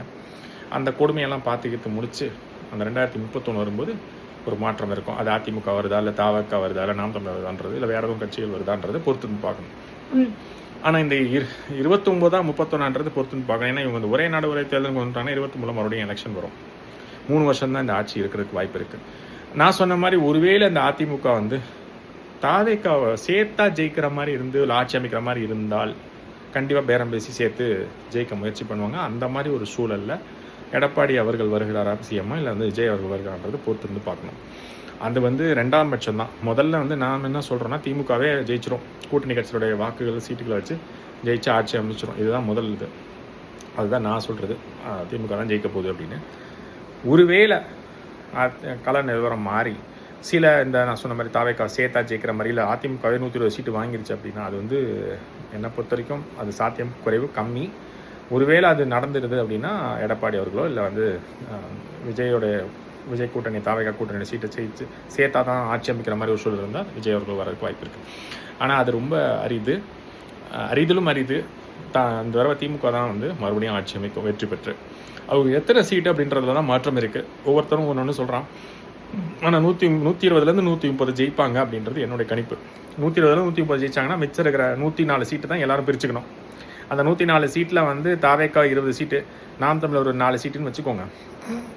இப்போ இந்த 120 இவங்க ஜெயிச்சாங்க அப்படின்னா மிச்சம் இருக்கிறது 124ல் இவங்க 2 பேரும் 24 எடுத்துட்டாங்கன்னா மிச்சம் 100 சீட்டு. அந்த கணக்கில் தான் நான் சொல்கிறேன். இவங்களுக்கு வந்து ஒரு 100 சீட்டு வந்து 100ல் 90 சீட்டு வந்து வர்றதுக்கு வாய்ப்பு இருக்குது. 120 வந்து திமுக, 90 வந்து அதிமுக. இதை 2 கூட்டிங்கனாவே 210. மிச்சம் இருக்கிறது வந்து 24 சீட்டு தான். அதில் 20 தாவேக்கா, 4 வந்து நாம் தமிழர். இது வந்து ஒரு தோராயமான ஒரு கணக்கு. இது வந்து அப்படியே வருமானலாம் சொல்ல முடியாது. ஒரு கணிப்பு. இது நடக்குதான்னு பார்ப்போம். இது வந்து அதிகபட்சம் நான் சொல்கிறது. இதுக்கு மேலே அவங்க ஜெயிச்சாங்கன்னா அங்கே தான் வந்து ட்விஸ்ட் இருக்குது. அது நம்ம நாளைக்கு அந்த ட்விஸ்ட் இருக்குதா இல்லையான்றது பார்ப்போம். ஆனால் முடிஞ்ச வரைக்கும் எனக்கு தெரிஞ்ச வரைக்கும் திமுக தான் திரும்ப ஆட்சி அமைக்கும். அதிமுக வந்து எதிர்கட்சியாக வந்து நிற்கும். விஜய் அவர்களும் சீமான் அவர்களும் ஜெயிச்சு அவங்களுடைய தொகுதியில் ஜெயிச்சு சட்டசபைக்குள்ளே போகிறாங்களா அப்படின்றதையும் பொறுத்திருந்து பார்க்கணும். ஏன்னா அது வந்து இந்த தடவை நடக்கிறதுக்கு ஒரு வாய்ப்பு இருக்குது. விஜய்க்கும் வாய்ப்பு. விஜய் 2 தொகுதியில் வேறு நிற்கிறாரு. ஏதோ ஒரு தொகுதியில் ஜெயிச்சாலும் உள்ளே போயிடுவார் சட்டசபைக்குள்ள. அது ஒரு வாய்ப்பு. காரைக்குடியிலையும் ஒரு வாய்ப்பு சீமான் அவர்களுக்கு இருக்கிறதுனால இந்த இவங்க 2 பேரும் சட்டசபைக்குள்ளே போகிறாங்களா அப்படின்றத பொறுத்து வந்து பார்ப்போம். ஆனால் அதுக்கான வாய்ப்பு நிறையாவே இருக்குது. இவங்க 2 பேரும் ஜெயிச்சு இவங்க கட்சி பெருசாக ஜெயிக்கலனாலும் இந்த நபர்கள் 2 பேரும் கட்சி தலைமையில் இருக்கிற 2 பேரும் ஜெயிச்சு உள்ளே போகிறதுக்கு வாய்ப்பு இருக்குது. அந்த வாய்ப்பை நம்ம இந்த தடவை எதிர்பார்க்கலாம். அதே மாதிரி டிவிகே வந்து ஒரு அங்கீகரிக்கப்பட்ட கட்சியாக மாறிடும். அது எப்படியும் மாறிடும். அது வந்து தேர்தலே நடக்கிறதுனால அவங்களுக்கு இது ஒரு மிகப்பெரிய சிறப்பு. டிவிகே வந்து சந்தோஷமாக தான் இருப்பாங்க. நான் திரும்பவும் சொல்கிறேன், தேர்தலே அங்கீகரிக்கப்பட்ட கட்சியாகி அதுக்கு போதுமான வாக்கை வாங்கிட்டாங்கன்னாவே அதுவே ஒரு பெரிய வெற்றி. அதுவும் இத்தனை 4 முனை போட்டியில் இவங்க நிறைய வாக்கு சதவீதம் பெற்று, அதாவது நிறையானா ஆட்சி அமைக்கிற மாதிரி நிறையாலாம் சொல்ல, ஒரு 8-9% வாங்கிட்டாவே அவங்க வந்து அவங்களோட அங்கீகரிக்கப்பட்ட கட்சி ஆயிடுவாங்க இல்லையா. அதனால் அந்த விஷயம் நடந்துடும். அங்கீகரிக்கப்பட்ட கட்சியாக மாறிடுவாங்க. அப்புறம் அந்த விசில் சின்னம் அவங்களுக்கே சொந்தமாயிடும்.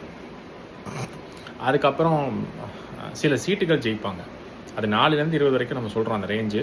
அது எவ்வளோ தூரம் போகுதுன்னு பார்க்கலாம். அந்த சீட்டுகள் ஜெயினா 15 வருஷமாக 15 தேர்தலில் 10 வருஷமாக இருக்கக்கூடிய நாம் தமிழர் கட்சியால் இன்னும் ஒரு சீட்டு கூட ஜெயிக்க முடியல. இவங்க தேர்தலே சில சீட்டுகள் ஜெயிக்கிறாங்கன்னா அது பெரிய விஷயம் இல்லை. அதனால் அந்த சில சீட்டுகள் ஜெயிக்கிறதும் வந்து தாவேக்கா பார்க்கும் இந்த தேர்தலில். அந்த எண்ணிக்கை தான் மாறுபடுது. நிறுவனங்களும் பார்த்தீங்கன்னா அவங்க இஷ்டத்துக்கு அடிச்சு விட்டுருக்காங்க. ஒருத்தன் 120ன்றான், ஒருத்தன் 28ன்றான், ஒருத்தன் 40ன்றான். நம்ம வந்து ஒரு 15லேருந்து 20 சீட்டு அவங்க ஜெயிக்கிறதா சார். 4லேருந்து 20 சீட்டு, 15 இல்லை, 4லேருந்து 20 சீட்டு, 4 சீட்டுலேருந்து 20 சீட்டு, இந்த ரேஞ்சுக்குள்ளே தான் அவங்க வந்து சீட்டு வாங்குவாங்க அப்படின்றது என்னோட எண்ணிக்கை, என்னோட கணிப்பு. தாவேக்கா அதே மாதிரி நாம் தமிழர் வந்து 2லேருந்து 6 சீட்டு, 2லேருந்து 6 சீட்டு நாம் தமிழர் ஜெயிக்கிறதுக்கு வாய்ப்பு இருக்குது. அது என்ன தொகுதி அப்படின்னா, காரைக்குடியில் ஒரு வாய்ப்பு இருக்குது, வேதாரண்யம், நாகப்பட்டினம், பல்லாவரம், இந்த மாதிரி தொகுதிகளெல்லாம் வாய்ப்பு இருக்குது. இது போக இன்னும் 2 தொகுதிகள் வேறு ஏதாவது இந்த அவங்களுடைய கூட்டணி கட்சிகள், திமுக அதிமுக கூட்டணி கட்சிகள் நிற்கிற இடங்களில், இல்லை தேமுதிக நிற்கக்கூடிய இடங்களில் வாய்ப்புகள் இருக்குது. அதை நம்ம பொறுத்திருந்து பார்ப்போம் யார் ஜெயிக்கிறா அப்படின்ட்டு. இவங்க 2லேருந்து 6 சீட்டு, 2 சீட்லேருந்து 6 சீட்டு வரைக்கும் நாம் தமிழர் ஜெயிக்கவும் வாய்ப்பு இருக்குது. இவங்க 4லேருந்து 20 சீட்டு ஜெயிக்கிறதுக்கு தாவேக்காவுக்கு வாய்ப்பு இருக்குது. திமுக வந்து ஒரு 120 சீட்டு ஜெயிக்கிறதுக்கு வாய்ப்பு இருக்குது. அதிகபட்சம் 130 அப்படின்ட்டு நம்ம சொல்கிறோம். ஆனால் அவங்க அதை விட அதிகமாக போகிறது கூட வாய்ப்புகள் நிறையவே பிரகாசமாக இருக்குது. இருந்தாலும் நம்ம வந்து ஒரு தோராயமாக நம்ம சொல்லக்கூடிய இருக்கக்கூடிய கள நிலவர சூழல், அவங்களுடைய எதிர்ப்புகள், அந்த கட்சிக்கு இருக்க எதிர்ப்பெல்லாம் வச்சு பார்க்கும்போது 120லேருந்து 130 வரைக்கும் வாய்ப்பு இருக்குது. இவங்க வந்து 90 வாக்குகள் 90 சீட்டுகள் ஜெயிக்கிறதுக்கு வாய்ப்பு இருக்குது அதிமுக. இப்போ நீங்கள் இதை கூட்டினீங்கன்னாவே இவங்க ஒரு 120, திமுக ஒரு 120, அதிமுக ஒரு 90, இது ரெண்டையும் கூட்டிங்கன்னா 210, தாவேக்காவோட 20, 230, 4 சீட்டு வந்து நாம் தமிழ் போட்டிங்கன்னா 234 முடிச்சு. ஆனால் இதே வருமானது பொறுத்திருந்து பார்ப்போம். நாளைக்கு காலையில் 7 மணிலேருந்து ஆரம்பிச்சிருவாங்கன்னு நினைக்கிறேன் அந்த வாக்கு எண்ணிக்கை. நம்ம பொறுமையாக அது எப்படி இருக்குன்றது பார்ப்போம்.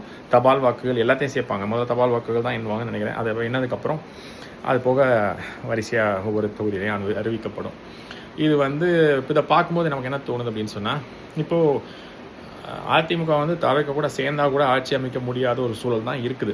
இந்த 90 20 சேர்த்திங்கன்னா கூட 110 தானே வருது. இப்போ 120 தனித்தான் வாங்கிட்டாங்கன்னா பெரும்பான்மை ஆயிடுச்சுல, ஆட்சி அமைச்சிருவாங்களே. ஆனால் இங்கே இன்னொரு பிரச்சனை என்ன வரும் அப்படின்னா, அந்த கூட்டணி கட்சிகளில் இருக்கிற யாராவது திடீர்னு கலந்துக்கிட்டான்னு வச்சுக்கோங்க, அப்போ மறுபடியும் ஒரு தொங்கு சட்டசபை வர்றதுக்கு வாய்ப்பு இருக்குது. இந்த காங்கிரஸோ இல்லை தேமுதிகவோ இல்லை வந்து விடுதலை சிறுத்தைகள் கட்சியோ. ஏன்னா அவன் பார்த்துக்கிட்டே இருப்பான், டிஎம்கே ஆட்களே வந்து 118 வாங்கிட்டாங்க, 118 சீட்டு தனியாக வாங்கிட்டாங்கன்னா இவங்க சும்மா தான் உப்புக்கு சப்பானி மாதிரி தான் போய் உட்காந்துட்ருக்குறோம். ஒருவேளை அவங்க வந்து 100 தான் வாங்கியிருக்காங்க, இந்த 18 சீட்டு இந்த கூட்டணி கட்சியோட சீட்டு வந்தால் தான், இவங்க இல்லை 20 சீட்டு இந்த கூட்டணி கட்சியோட சீட்டு வந்தால் தான் அங்கே ஆட்சி அமைக்கிற மாதிரி இருக்குன்னா, இவங்கெல்லாம் வந்து நாங்கள் யார் தெரியுமா, நாங்கள் இருந்தால் தான் உனக்கு இன்றைக்கி ஆட்சி அப்படின்ற மாதிரிலாம் பேச ஆரம்பிச்சிருவாங்க. அப்போ திமுகவுடைய அந்த திமிர்த்தனம் வந்து கொஞ்சம் குறைஞ்சிரும், கொஞ்சம் அடக்கி தான் வாசிப்பாங்க. ஏன்னா இவங்க இருந்தால் தான் அவங்க ஆட்சின்னு இருக்கும்போது கொஞ்சம் கூட்டணி கட்சிகள்லாம் அனுசரித்து தான் போவாங்க. அப்போ இவங்க வந்து எந்த நேரத்தில் எங்கே வேணால் போயிடலாம். அங்கிட்ட ஆப்போசிட்டில் பாஜக இருக்குது. நம்ம மற்ற மாநிலங்கள்லாம் பாஜக என்ன பண்ணுச்சுன்னு நமக்கு தெரியும். திடீர்னு பார்த்தா அந்த பக்கம் இருக்கிற எம்எல்ஏலாம் இங்கிட்ட வந்துடுவாங்க, திடீர்னு ஆட்சியே மாறி போயிடும். அதெல்லாம் நம்ம பார்த்துருக்குறோம். அதனால் டிஎம்கே கொஞ்சம் பதட்டத்தில் தான் இருக்கும். ஏன்னா இவங்களே தனித்த பெரும்பான்மை அமைக்க முடியுமா, இல்லை இந்த கூட்டணி கட்சிகள்லாம் சேர்த்து தான் பண்ணணும், இவங்கெல்லாம் போயிடுவாங்களா இருப்பாங்களா, இல்லை பாஜக விலை பேசி வாங்கிடுமா, அந்த பயம்லாம் இருக்கும். ஆனால் அது பொறுத்து பார்ப்போம். ஏன்னா இந்த முடிவு வந்தோடனே ஆட்சி இப்படி தான் அப்படின்லாம் முடிவுக்கு வந்துட முடியாது. அது எந்த அளவுக்கு இப்போ டிஎம்கே தனித்து டிஎம்கே கட்சியினர் மட்டுமே, அவங்க வேட்பாளர்கள் மட்டுமே, நான் சொல்கிறது வந்து கூட்டணி கட்சிகள் இல்லாமல் டிஎம்கே வேட்பாளர்களே 120 ஜெயிச்சிட்டாங்கன்னா நிம்மதியாக இருப்பாங்க. 118 120 கூட வேணாம், 118 ஜெயிச்சிட்டாங்கன்னா நிம்மதியாக இருப்பாங்க. ஆனால் இந்த காங்கிரஸு, தேமுதிக, விடுதலை சிறுத்தைகள், அது போக முஸ்லீம் லீக் கட்சிகள்லாம் இருக்குல்ல, அப்புறம் வைகோ கூட ஆனால் வைகோ கூட திமுக சின்னத்தில் தான் நிற்கிறாரு சொல்கிறேன். அவர் அந்த மாதிரி அது வைகோட கட்சியினர், வைகோன்னு சொல்லுவாங்க.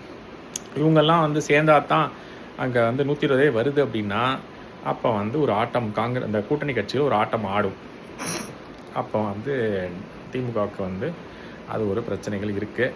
அந்த கூட்டணி கட்சிகள் பாஜகவும் குறிவைக்கும். இவங்களை இந்த பக்கம் எடுத்துட்டா நம்ம ஆட்சி அமைச்சலாமே, எதுக்கு திமுக இருக்கணும் அப்படின்ற மாதிரி பேசும். அதனால் இவங்களும் வந்து சில ரிசார்ட்டுகளை போட்டு இந்த அமைச்சர்களெல்லாம் பாதுகாப்பு படுத்தி வச்சுருப்பாங்க. அதாவது இந்த எம்எல்ஏக்களை அமைச்சர்கள்னு சொல்ல முடியாது, அமைச்சர்கள்லாம் ஆட்சி அமைச்சதுக்கப்புறம் இந்த எம்எல்ஏக்கள் ஜெயிச்சிட்டாங்கன்னா எம்எல்ஏல அந்த எம்எல்ஏக்களை வந்து சட்டசபை உறுப்பினரை வந்து குறி வச்சுருப்பாங்க. யாரையும் விட்டுறக்கூடாது, கூட்டணி கட்சியெல்லாம் நேரம் பேசி நாளைக்கு ஜெயிச்சா அங்கெல்லாம் போயிடாது நாளைக்கு ஸ்வீட் பாக்ஸ் இன்னும் பெருசாக கூட ஸ்வீட் பாக்ஸ் தரெல்லாம் பேசிகிட்டு இருப்பாங்க. அதனால் வந்து அந்த ஸ்வீட் பாக்ஸ் பேரம்லாம் வந்து இன்றைக்கி முன்னாடி பேசப்பட்டிருக்கோம். முடிவு வந்ததுக்கப்புறம் அந்த தொங்கு சட்டசபை மாதிரி தெரிஞ்சிருச்சுன்னா எல்லார்ட்டையும் நல்லா பேச ஆரம்பிச்சிருவாங்க. இவங்க பேசுறது இல்லாமல் அவன் வந்து பேசுவான். அவன் எவ்வளோ தரனாலும் அதை விட 2 ஸ்வீட் பாக்ஸ் அதிகமாக தரேன்னு பாஜக வந்து பேசும். அந்த மாதிரி பேரங்கள்லாம் நடக்கும். அதெல்லாம் மீறி அதனால் முடிவு வந்தோடனே யாராவது க்ளீன் ஸ்வீப் அடிச்சிட்டாங்க, இல்லை அதிமுக வந்து அதிகமாக ஜெயிச்சிருச்சு, இல்லை திமுக வந்து அதிகமாக ஜெயிச்சிச்சு அப்படின்னா அது தெளிவாக தெரிஞ்சிடும். அந்த மாதிரி இல்லாமல் ஒரு தொங்கு சட்டசபை மாதிரி வந்துச்சு, எல்லாமே நெருக்கமாக 110 120 கிட்டத்தட்ட அந்த எண்ணிக்கைக்கு அருகாமையில் வந்திருக்காங்கன்னா அப்போ வந்து இவங்க தான் சிஎம்மாக வருவாங்கன்னு முடிவுக்கே வர முடியாது. என்ன வேணாலும் நடக்கும். நான் சொன்ன மாதிரி திடீர்னு அதிமுக தாவேக்காவை சேர்த்துக்கிட்டு நீங்கள் சிஎம்மாக இருந்துங்க, நம்ம வந்து சேர்ந்து ஆட்சி அமைப்போம் அப்படின்னு கூட சொல்லலாம். அதனால் பொறுத்திருந்து தான் பார்க்கணும். ஒரு பரபரப்பு நாளைக்கு காத்திருக்குது. அதே நேரத்தில் விஜய் வந்து சிஎம் ஆக முடியாமல் நான் சொன்ன மாதிரி 4-20 சீட்டுக்குள்ளே ஜெயிச்சா அவங்க வந்து அதிமுக இவங்களும் சேர்ந்தால் கூட ஜெயிக்க முடியாத சூழல் வந்ததுன்னா விஜயால் ஆட்சி அமைக்க முடியாது இல்லையா? அந்த மாதிரி ஒரு சூழல் வந்து தாவேக்காவினர் வந்து தோல்வி அடைகிறாங்க. தோல்வினா அது வந்து பெரிய தோல்விலாம் கிடையாது. அவங்களுக்கு அங்கீகரிக்கப்பட்ட கட்சி ஆயிடுவாங்க, சில சீட்டுகள் ஜெயிச்சிடறாங்க. ஒருவேளை விஜய் கூட ஒரு 2 ஏதாவது ஒரு இதில் ஜெயிச்சு சட்டசபை கூட போகலாம். அதெல்லாம் வச்சு பார்க்கும்போது அவங்க ஆட்சி அமைக்க முடியலனா கூட ஏதோ ஒரு பங்களிப்பு பண்ணியிருப்பாங்க இந்த தேர்தலில். அதை நினச்சி சந்தோஷப்பட்டுக்கணுமே தவிர தாவேக்கா ரசிகர்கள் தொண்டர்கள்லாம் அதை நினச்சி சந்தோஷப்படணுமே தவிர நம்ம வந்து விஜய் சிஎம் ஆகலை, விஜய் எதிர்கட்சி தலைவர் ஆகலை, இல்லை விஜய் வந்து உள்ளே போகலை, விஜய் 2 நிற்கிற தொகுதியிலே கூட தோக்கலாம், யாருக்கு தெரியும், 2 தொகுதியிலுமே தோக்கலாம். அந்த மாதிரிலாம் சூழல் ஆச்சுன்னா யாரும் தவறான முடிவுக்கு போயிட வேண்டாம். குறிப்பாக தாவேக்காவினர், விஜய் ரசிகர்கள், நண்பிகள் அவங்கெல்லாம் வந்து அதாவது விஜய்க்கு நண்பிகள்ன்றீங்களா அவங்கெல்லாம் வந்து தவறான முடிவை யாரும் எடுத்துட வேணாம் அப்படின்றது இந்த காணொலி வாயிலாக சொல்லிக்கிறேன். ஏன்னா நீங்கள் எதிர்பார்த்த மாதிரிலாம் அந்த ஆக்சிஸ் இந்தியா சொன்ன மாதிரி 120 130 அதெல்லாம் ஜெயிக்கிறதுக்கு வாய்ப்பே இல்லை. அவர் முதல்ல அவரோட தொகுதியில் ஜெயிக்கிறாருன்றதே பொறுத்திருந்து தான் பார்க்கணும். அதுக்கு ஒரு வாய்ப்பு தான் இருக்குன்னு நம்ம சொல்கிறோம். இந்த 4 to 20 சீட்டே அவர் ஜெயிச்சு உள்ள வருவாரா, இல்லை வேறு யாராவது அவங்க நிற்க வச்ச தொகுதியில் வேறு யாராவது ஜெயிச்சு வராங்க கூட சொல்ல முடியாது. இவர் தோற்றுருக்கலாம், வேறு யாராவது ஜெயிச்சு கூட வந்திருக்கலாம்ல, அது கூட நடக்கிறதுக்கு வாய்ப்பு இருக்குது. ஆனால் என்ன சொல்கிறாங்க, எல்லாரும் பெரம்பூரில் ஜெயிப்பார், திருச்சியில் தோக்கிறதுக்கு வாய்ப்பு இருக்குது அப்படின்னு சொல்கிறாங்க. ஆனால் எனக்கு என்ன தோணுதுன்னா அது அப்படியே ரிவர்ஸாக தோணுது. திருச்சியில் வாய்ப்பு இருக்குது, பெரம்பூர்லேயும் வாய்ப்பு இருக்குது, ஆனால் வந்து கண்டிப்பாக ஜெயிப்பாரான்னு சொல்ல முடியல. அதனால் பொறுத்திருந்து பார்ப்போம். அவர் இந்த 2 தொகுதியில் ஏதாவது ஒரு தொகுதியில் ஜெயிச்சா நல்லாயிருக்கும். அவர் ஜெயிச்சா அவருக்கு அவங்க கட்சிக்கு நல்லது, இந்த ரசிகர்களுக்குலாம் நல்லது. அவர் உள்ளே போய் சட்டசபையில் நுழைவார். அது நடக்குதான்னு பொறுத்திருந்து பார்க்கணும். அது நடக்குதான்றதையும் பார்க்கணும். அதனால் இதில் ஏதாவது ஒன்று சரியாக நடக்குதுன்னா கூட இந்த ரசிகர்கள்லாம் கோபம் அடைகிறதோ, இல்லை விரக்தியில் போகிறதோ, இல்லை ஏதாவது தவறான முடிவெடுக்கிறதோ நடக்கும். அதனால தான் வந்து அது மாதிரி செய்யாதீங்க. அது மாதிரி செய்யாமல் இருக்கிறது நல்லது. அது மாதிரி ஒரு பக்குவமாக நடந்துக்குங்க அப்படின்னு தான் சொல்கிறேன். இது வந்து கடைசி தேர்தல் கிடையாது, இன்னும் பல தேர்தல்கள் வரும். அதனால் இந்த தடவை தோக்கலன்னா என்ன, சரி இந்த தடவை ஜெயிக்கலன்னா என்ன, அடுத்த தடவை ஜெயிச்சுக்கலாம், அந்த மாதிரி ஒரு மனநிலைக்கு வந்துருங்க. ஆனால் முதல் தடவை பார்த்தீங்கன்னா அங்கீகரிக்கப்பட்ட கட்சியாக இந்த கட்சி மாறிடும். தாவேக்கா விசில் சின்னம் உங்களுக்கு உறுதியாயிடும். அது போக சில சீட்டுகள் ஜெயிக்கிறீங்க, இதை நினச்சி சந்தோஷப்படுங்க, அவ்வளோதான். அதை விட்டுட்டு ஆட்சி அமைக்கல, எதிர்கட்சியாக போய் உட்காரல, இல்லை விஜய் வந்து சட்டசபைக்குள்ளே போகலை அப்படிலாம் நினச்சி வருத்தப்படாதீங்க அப்படின்றது இந்த காணொலியில் பதிவு பண்ணிக்கிறேன். ஆனால் இது நாம் தமிழருக்கு ஒரு வெற்றிகரமான தேர்தல். 8.2லேருந்து 10% வந்து வர்றதுக்கு வாய்ப்பு இருக்குது. சில சீட்டுகள் ஜெயிக்கிறதுக்கு வாய்ப்பு இருக்குது. அது 2லேருந்து 6ன்னு சொல்கிறோம். இது எதுவுமே ஜெயிக்காமல் 0ன்னு வந்தால் கூட வாக்கு சதவீதம் வந்து ஏறி இருக்கிறதுக்கு வாய்ப்பு இருக்குது. அந்த வகையில் வாக்கு சதவீதம் ஏறி இருக்குது. இல்லை இப்போ 36 லட்சம் பேர் வாக்கு சேர்த்திருக்கான், இப்போ 40 லட்சம் 45 லட்சமாக மாறுதுன்னா அது ஒரு சந்தோஷப்பட வேண்டிய விஷயம் தான். கூடுதலாக சில பேர் வந்திருக்கிறான் அப்படின்னு நினச்சி அந்த வகையில் சந்தோஷப்படணுமே தவிர சீட்டே ஜெயிக்கலை அப்படின்னு நினச்சி வருத்தப்படக்கூடாது. ஆனால் நான் வந்து 2 சீட்லேருந்து 6 சீட்டு ஜெயிக்கிறதுக்கு வாய்ப்பு இருக்குன்னு தான் சொல்கிறேன். அந்த வாய்ப்பு உங்களுக்கு பயன்படுத்தியிருக்காங்களா, இல்லை மக்கள் ஆதரிச்சிருக்காங்கன்றது பொறுத்து வந்து பார்க்கணும். இந்த 2மே வந்து தாவேக்காவுக்கும் நாம் தமிழருக்கும் சொன்னது அந்த வாய்ப்பு இருக்குன்னு தான் நம்ம சொல்கிறோம். ஜெயிக்கிறாங்களா இல்லைன்னு பொறுத்து வந்து பார்ப்போம். இந்த அதிமுகவினோட 85லேருந்து 100, அது 100ன்றது ரொம்ப அரிது. 85லேருந்து 90ன்னு வச்சுக்கோங்களேன். அந்த அந்த அந்த அந்த வட்டத்துக்குள்ளே தான் அதிமுகனுடைய சீட்டு எண்ணிக்கை இருக்கும்னு நான் நினைக்கிறேன். பொறுத்திருந்து பார்ப்போம் நாளைக்கு. இன்றைக்கி ஒரு நல்ல தலைப்பு பேசியிருக்கோம். அதே மாதிரி இந்த இந்த நிறுவனங்கள் சொன்ன இந்த கருத்து கணிப்பெல்லாம் நீங்கள் வந்து பெருசாக எடுத்துக்க வேண்டாம். ஏன்னா அதெல்லாமே ஒரு கருத்து திணிப்பு. இவங்கெல்லாம் போய் நேராக ஒவ்வொரு பூத்துலேயும் போய் ஒவ்வொரு மக்கள்கிட்டையும் போய் இல்லை ஒரு 100 பேர் 200 பேர் ஒரு பூத்துக்கும் போய் எடுத்து அப்படிலாம் அவங்க பண்ண மாதிரி தெரியல. அவங்க பாட்டு ஒரு வட்ட மேசையில் உட்காந்துக்கிட்டு அவங்களுக்கு தெரிஞ்ச சர்க்கிளில் இல்லை ஏதாவது சர்வே மாதிரி அவங்களுக்குள்ளே சின்ன சின்ன விஷயங்களை பண்ணி அதை எடுத்து வச்சுக்கிட்டு இவ்வளோ பேர் ஜெயிச்சாங்க, இவ்வளோ பேர் ஜெயிப்பாங்க, இவ்வளோ சீட் ஜெயிப்பாங்க, இவ்வளோ பர்சன்டேஜ் வாங்குவாங்கன்னு சொல்லி அவங்க வந்து கதை விட்டுருக்காங்க. அதெல்லாம் வந்து பொய்யாக தான் இருக்கும். பெரும்பான்மையான பொய்யாக தான் இருக்கும். எல்லாமே பொய்ன்னு நான் சொல்ல. பெரும்பான்மையான நிறுவனங்கள் சொன்னது பொய்யாக தான் இருக்கும். எல்லாமே ஒரு ஊடக சார்பாக இருக்குது, ஒரு கட்சி சார்பாக இருக்குது, பணம் வாங்கிக்கிட்டு பண்ணுறாங்க. அவங்களுக்கும் சில ஸ்வீட் பாக்ஸ்லாம் போயிருக்கும் இந்த மாதிரி சொல்கிறதுக்கு, சாதகமாக சொல்கிறதுக்கு. அதனால் அதெல்லாம் நம்ம வந்து எடுத்துக்க வேண்டாம். ஆனால் நம்ம கள நிலவரம் வந்து திமுகவினுடைய ஆதரவு வாக்கு பூரா திமுகக்கே. திமுகவின் எதிர்ப்பு வாக்கத்தான் நாம் தமிழர் எடுத்துக்கணும், தாவேக்காவும் எடுத்துக்கணும், அதிமுக எடுத்துக்கும் போது அது சாதாரண கணக்கு போட்டாவே இவங்களுக்கு இருக்கிறதுல இவங்களுக்கு வந்து எல்லாமே 3ஆக உடஞ்சிருது. அப்படிங்கும்போது திமுக தான் ஆட்சிக்கு வரும்ன்றது தெளிவாக தெரியுது. இதை எப்படி இதை மீறி சில நிறுவனங்கள் வந்து இவங்க ஜெயிச்சிருவாங்க, அதிமுக ஜெயிச்சிருவாங்க, இல்லை தாவேக்கா ஜெயிப்பாங்கன்னு சொல்கிறாங்கன்னு தெரியல. பொறுத்திருந்து பார்ப்போம். ஆனால் இந்த தேர்தல் வந்து எல்லாருக்குமே ஒரு சந்தோஷம் அளிக்கக்கூடிய ஒரு தேர்தலாக தான் இருக்கும். எப்படி சொல்கிறேன் அப்படின்னா, அதிமுக போன தடவை எத்தனை எம்எல்ஏ சீட் வச்சுருந்தாங்களோ அதோட கூடுதலாக தான் இருக்கும். தாவேக்கான அங்கீகரிக்கப்பட்ட கட்சியாகி அவங்க சின்ன விசில்ச்சு நம்ம உறுதியாகி சில சீட்டுகள் ஜெயிச்சு முதல் தேர்தலே இது நடக்கிறது பெரிய விஷயம். நாம் தமிழருடைய வாக்கு எண்ணிக்கையும் அதிகரித்து வாக்கு சதவீதம் அதிகரிக்கும், வாக்காளர் எண்ணிக்கை அதிகரிக்கும். சீட்டு ஜெயிக்கிறாங்கன்றதை பொறுத்து வந்து பார்க்கணும். 2லேருந்து 6 வந்துச்சுன்னா அதுவும் அவங்களுக்கு பெரிய விஷயம். இது வரைக்கும் எந்த தேர்தலையும் அவங்க சீட்டு வச்சுக்கல. திமுக திருமண ஆட்சிக்கு வந்து அவங்க சந்தோஷம். அதனால் இது வந்து ஒரு மாதிரி கலெக்டிவாக சந்தோஷமாக இருக்கக்கூடிய தேர்தலாக தான் இருக்கும். இருந்தாலும் இந்த தாவேக்காவினர் ரசிகர்கள் வந்து அவங்க விஜய் உள்ளே போகணும்னு நினச்சிட்டு இருக்காங்க. அது போவாரா இல்லையான்றதை பொறுத்து வந்து பார்க்கணும். அது சிஎமாகனு நினச்சிட்டு இருக்காங்க. அதனால சொல்கிறேன். அந்த மாதிரி அவன் மாதிரி நடக்கலைன்னா விபரீத முடிவு எதுவும் இருக்காதிங்க அப்படின்னு சொல்லிக்கிறேன். சரி மக்களே, இன்றைக்கி ஒரு நல்ல தலைப்பில் நல்ல காணொலியில் முக்கியமாக பேசியிருக்கோம். இந்த நல்ல தலைப்பில் இந்த காணொலியில் பேசியிருக்கோன்னு நான் நினைக்கிறேன். மீண்டும் ஒரு நல்ல தலைப்பில் உங்களை வந்து சந்திக்கிறேன். இந்த காணொலி உங்களுக்கு பிடிச்சிருந்ததுன்னா லைக் பண்ணுங்கள், ஷேர் பண்ணுங்கள், மறக்காமல் உங்கள் கமெண்ட்டை வந்து கமெண்ட் பாக்ஸில் தெரிவிங்க. மறக்காமல் நம்மளோட சேனலை சப்ஸ்கிரைப் பண்ணுங்கள். சப்ஸ்கிரைப் பண்ணாங்க முதல்ல சப்ஸ்கிரைப் பண்ணிவிட்டு இந்த வீடியோவை பாருங்கள். சில பேர் அந்த லாகின் பண்ணாமல் அப்படியே வந்து யூடியூப் அதாவது ப்ரௌசர்லேயே போய் பார்த்துட்டு அப்படியே போயிடாதீங்க. அதனால் முதல்ல லாகின் பண்ணி யூடியூப் ஆப்பில் போய் பாருங்கள். அப்போ தான் நீங்கள் சப்ஸ்கிரைப் பண்ண முடியும். அப்படியே போய் பார்த்தீங்கன்னா அங்கே போய் உங்கள் சைன்இன் கேட்கும், நீங்கள் சைன்இனே பண்ணாமல் சும்மா பார்த்துட்டு அப்படி போயிடுவீங்க. அந்த மாதிரி செய்யாமல் சப்ஸ்கிரைப் பண்ணிட்டு வீடியோ பாருங்கள் அப்படின்னு சொல்லிக்கிறேன். இந்த காணொலி உங்களுக்கு பிடிச்சிருந்தால் லைக் பண்ணுங்கள், ஷேர் பண்ணுங்கள், சப்ஸ்கிரைப் பண்ணுங்கள், மறக்காமல் கமெண்ட் பண்ணுங்கள். அதே மாதிரி இது உங்களுக்கு தெரிஞ்ச சர்க்கிள்லேயே இந்த காணொலியை பகிருங்க. மீண்டும் ஒரு நல்ல காணொலி உங்களை சந்திக்கிற மக்களே. தமிழ் என்றும் வாழ்க, தமிழர்கள் என்றும் வாழ்க என்று கூறி விடைபெறுகிறேன். நன்றி, வணக்கம்.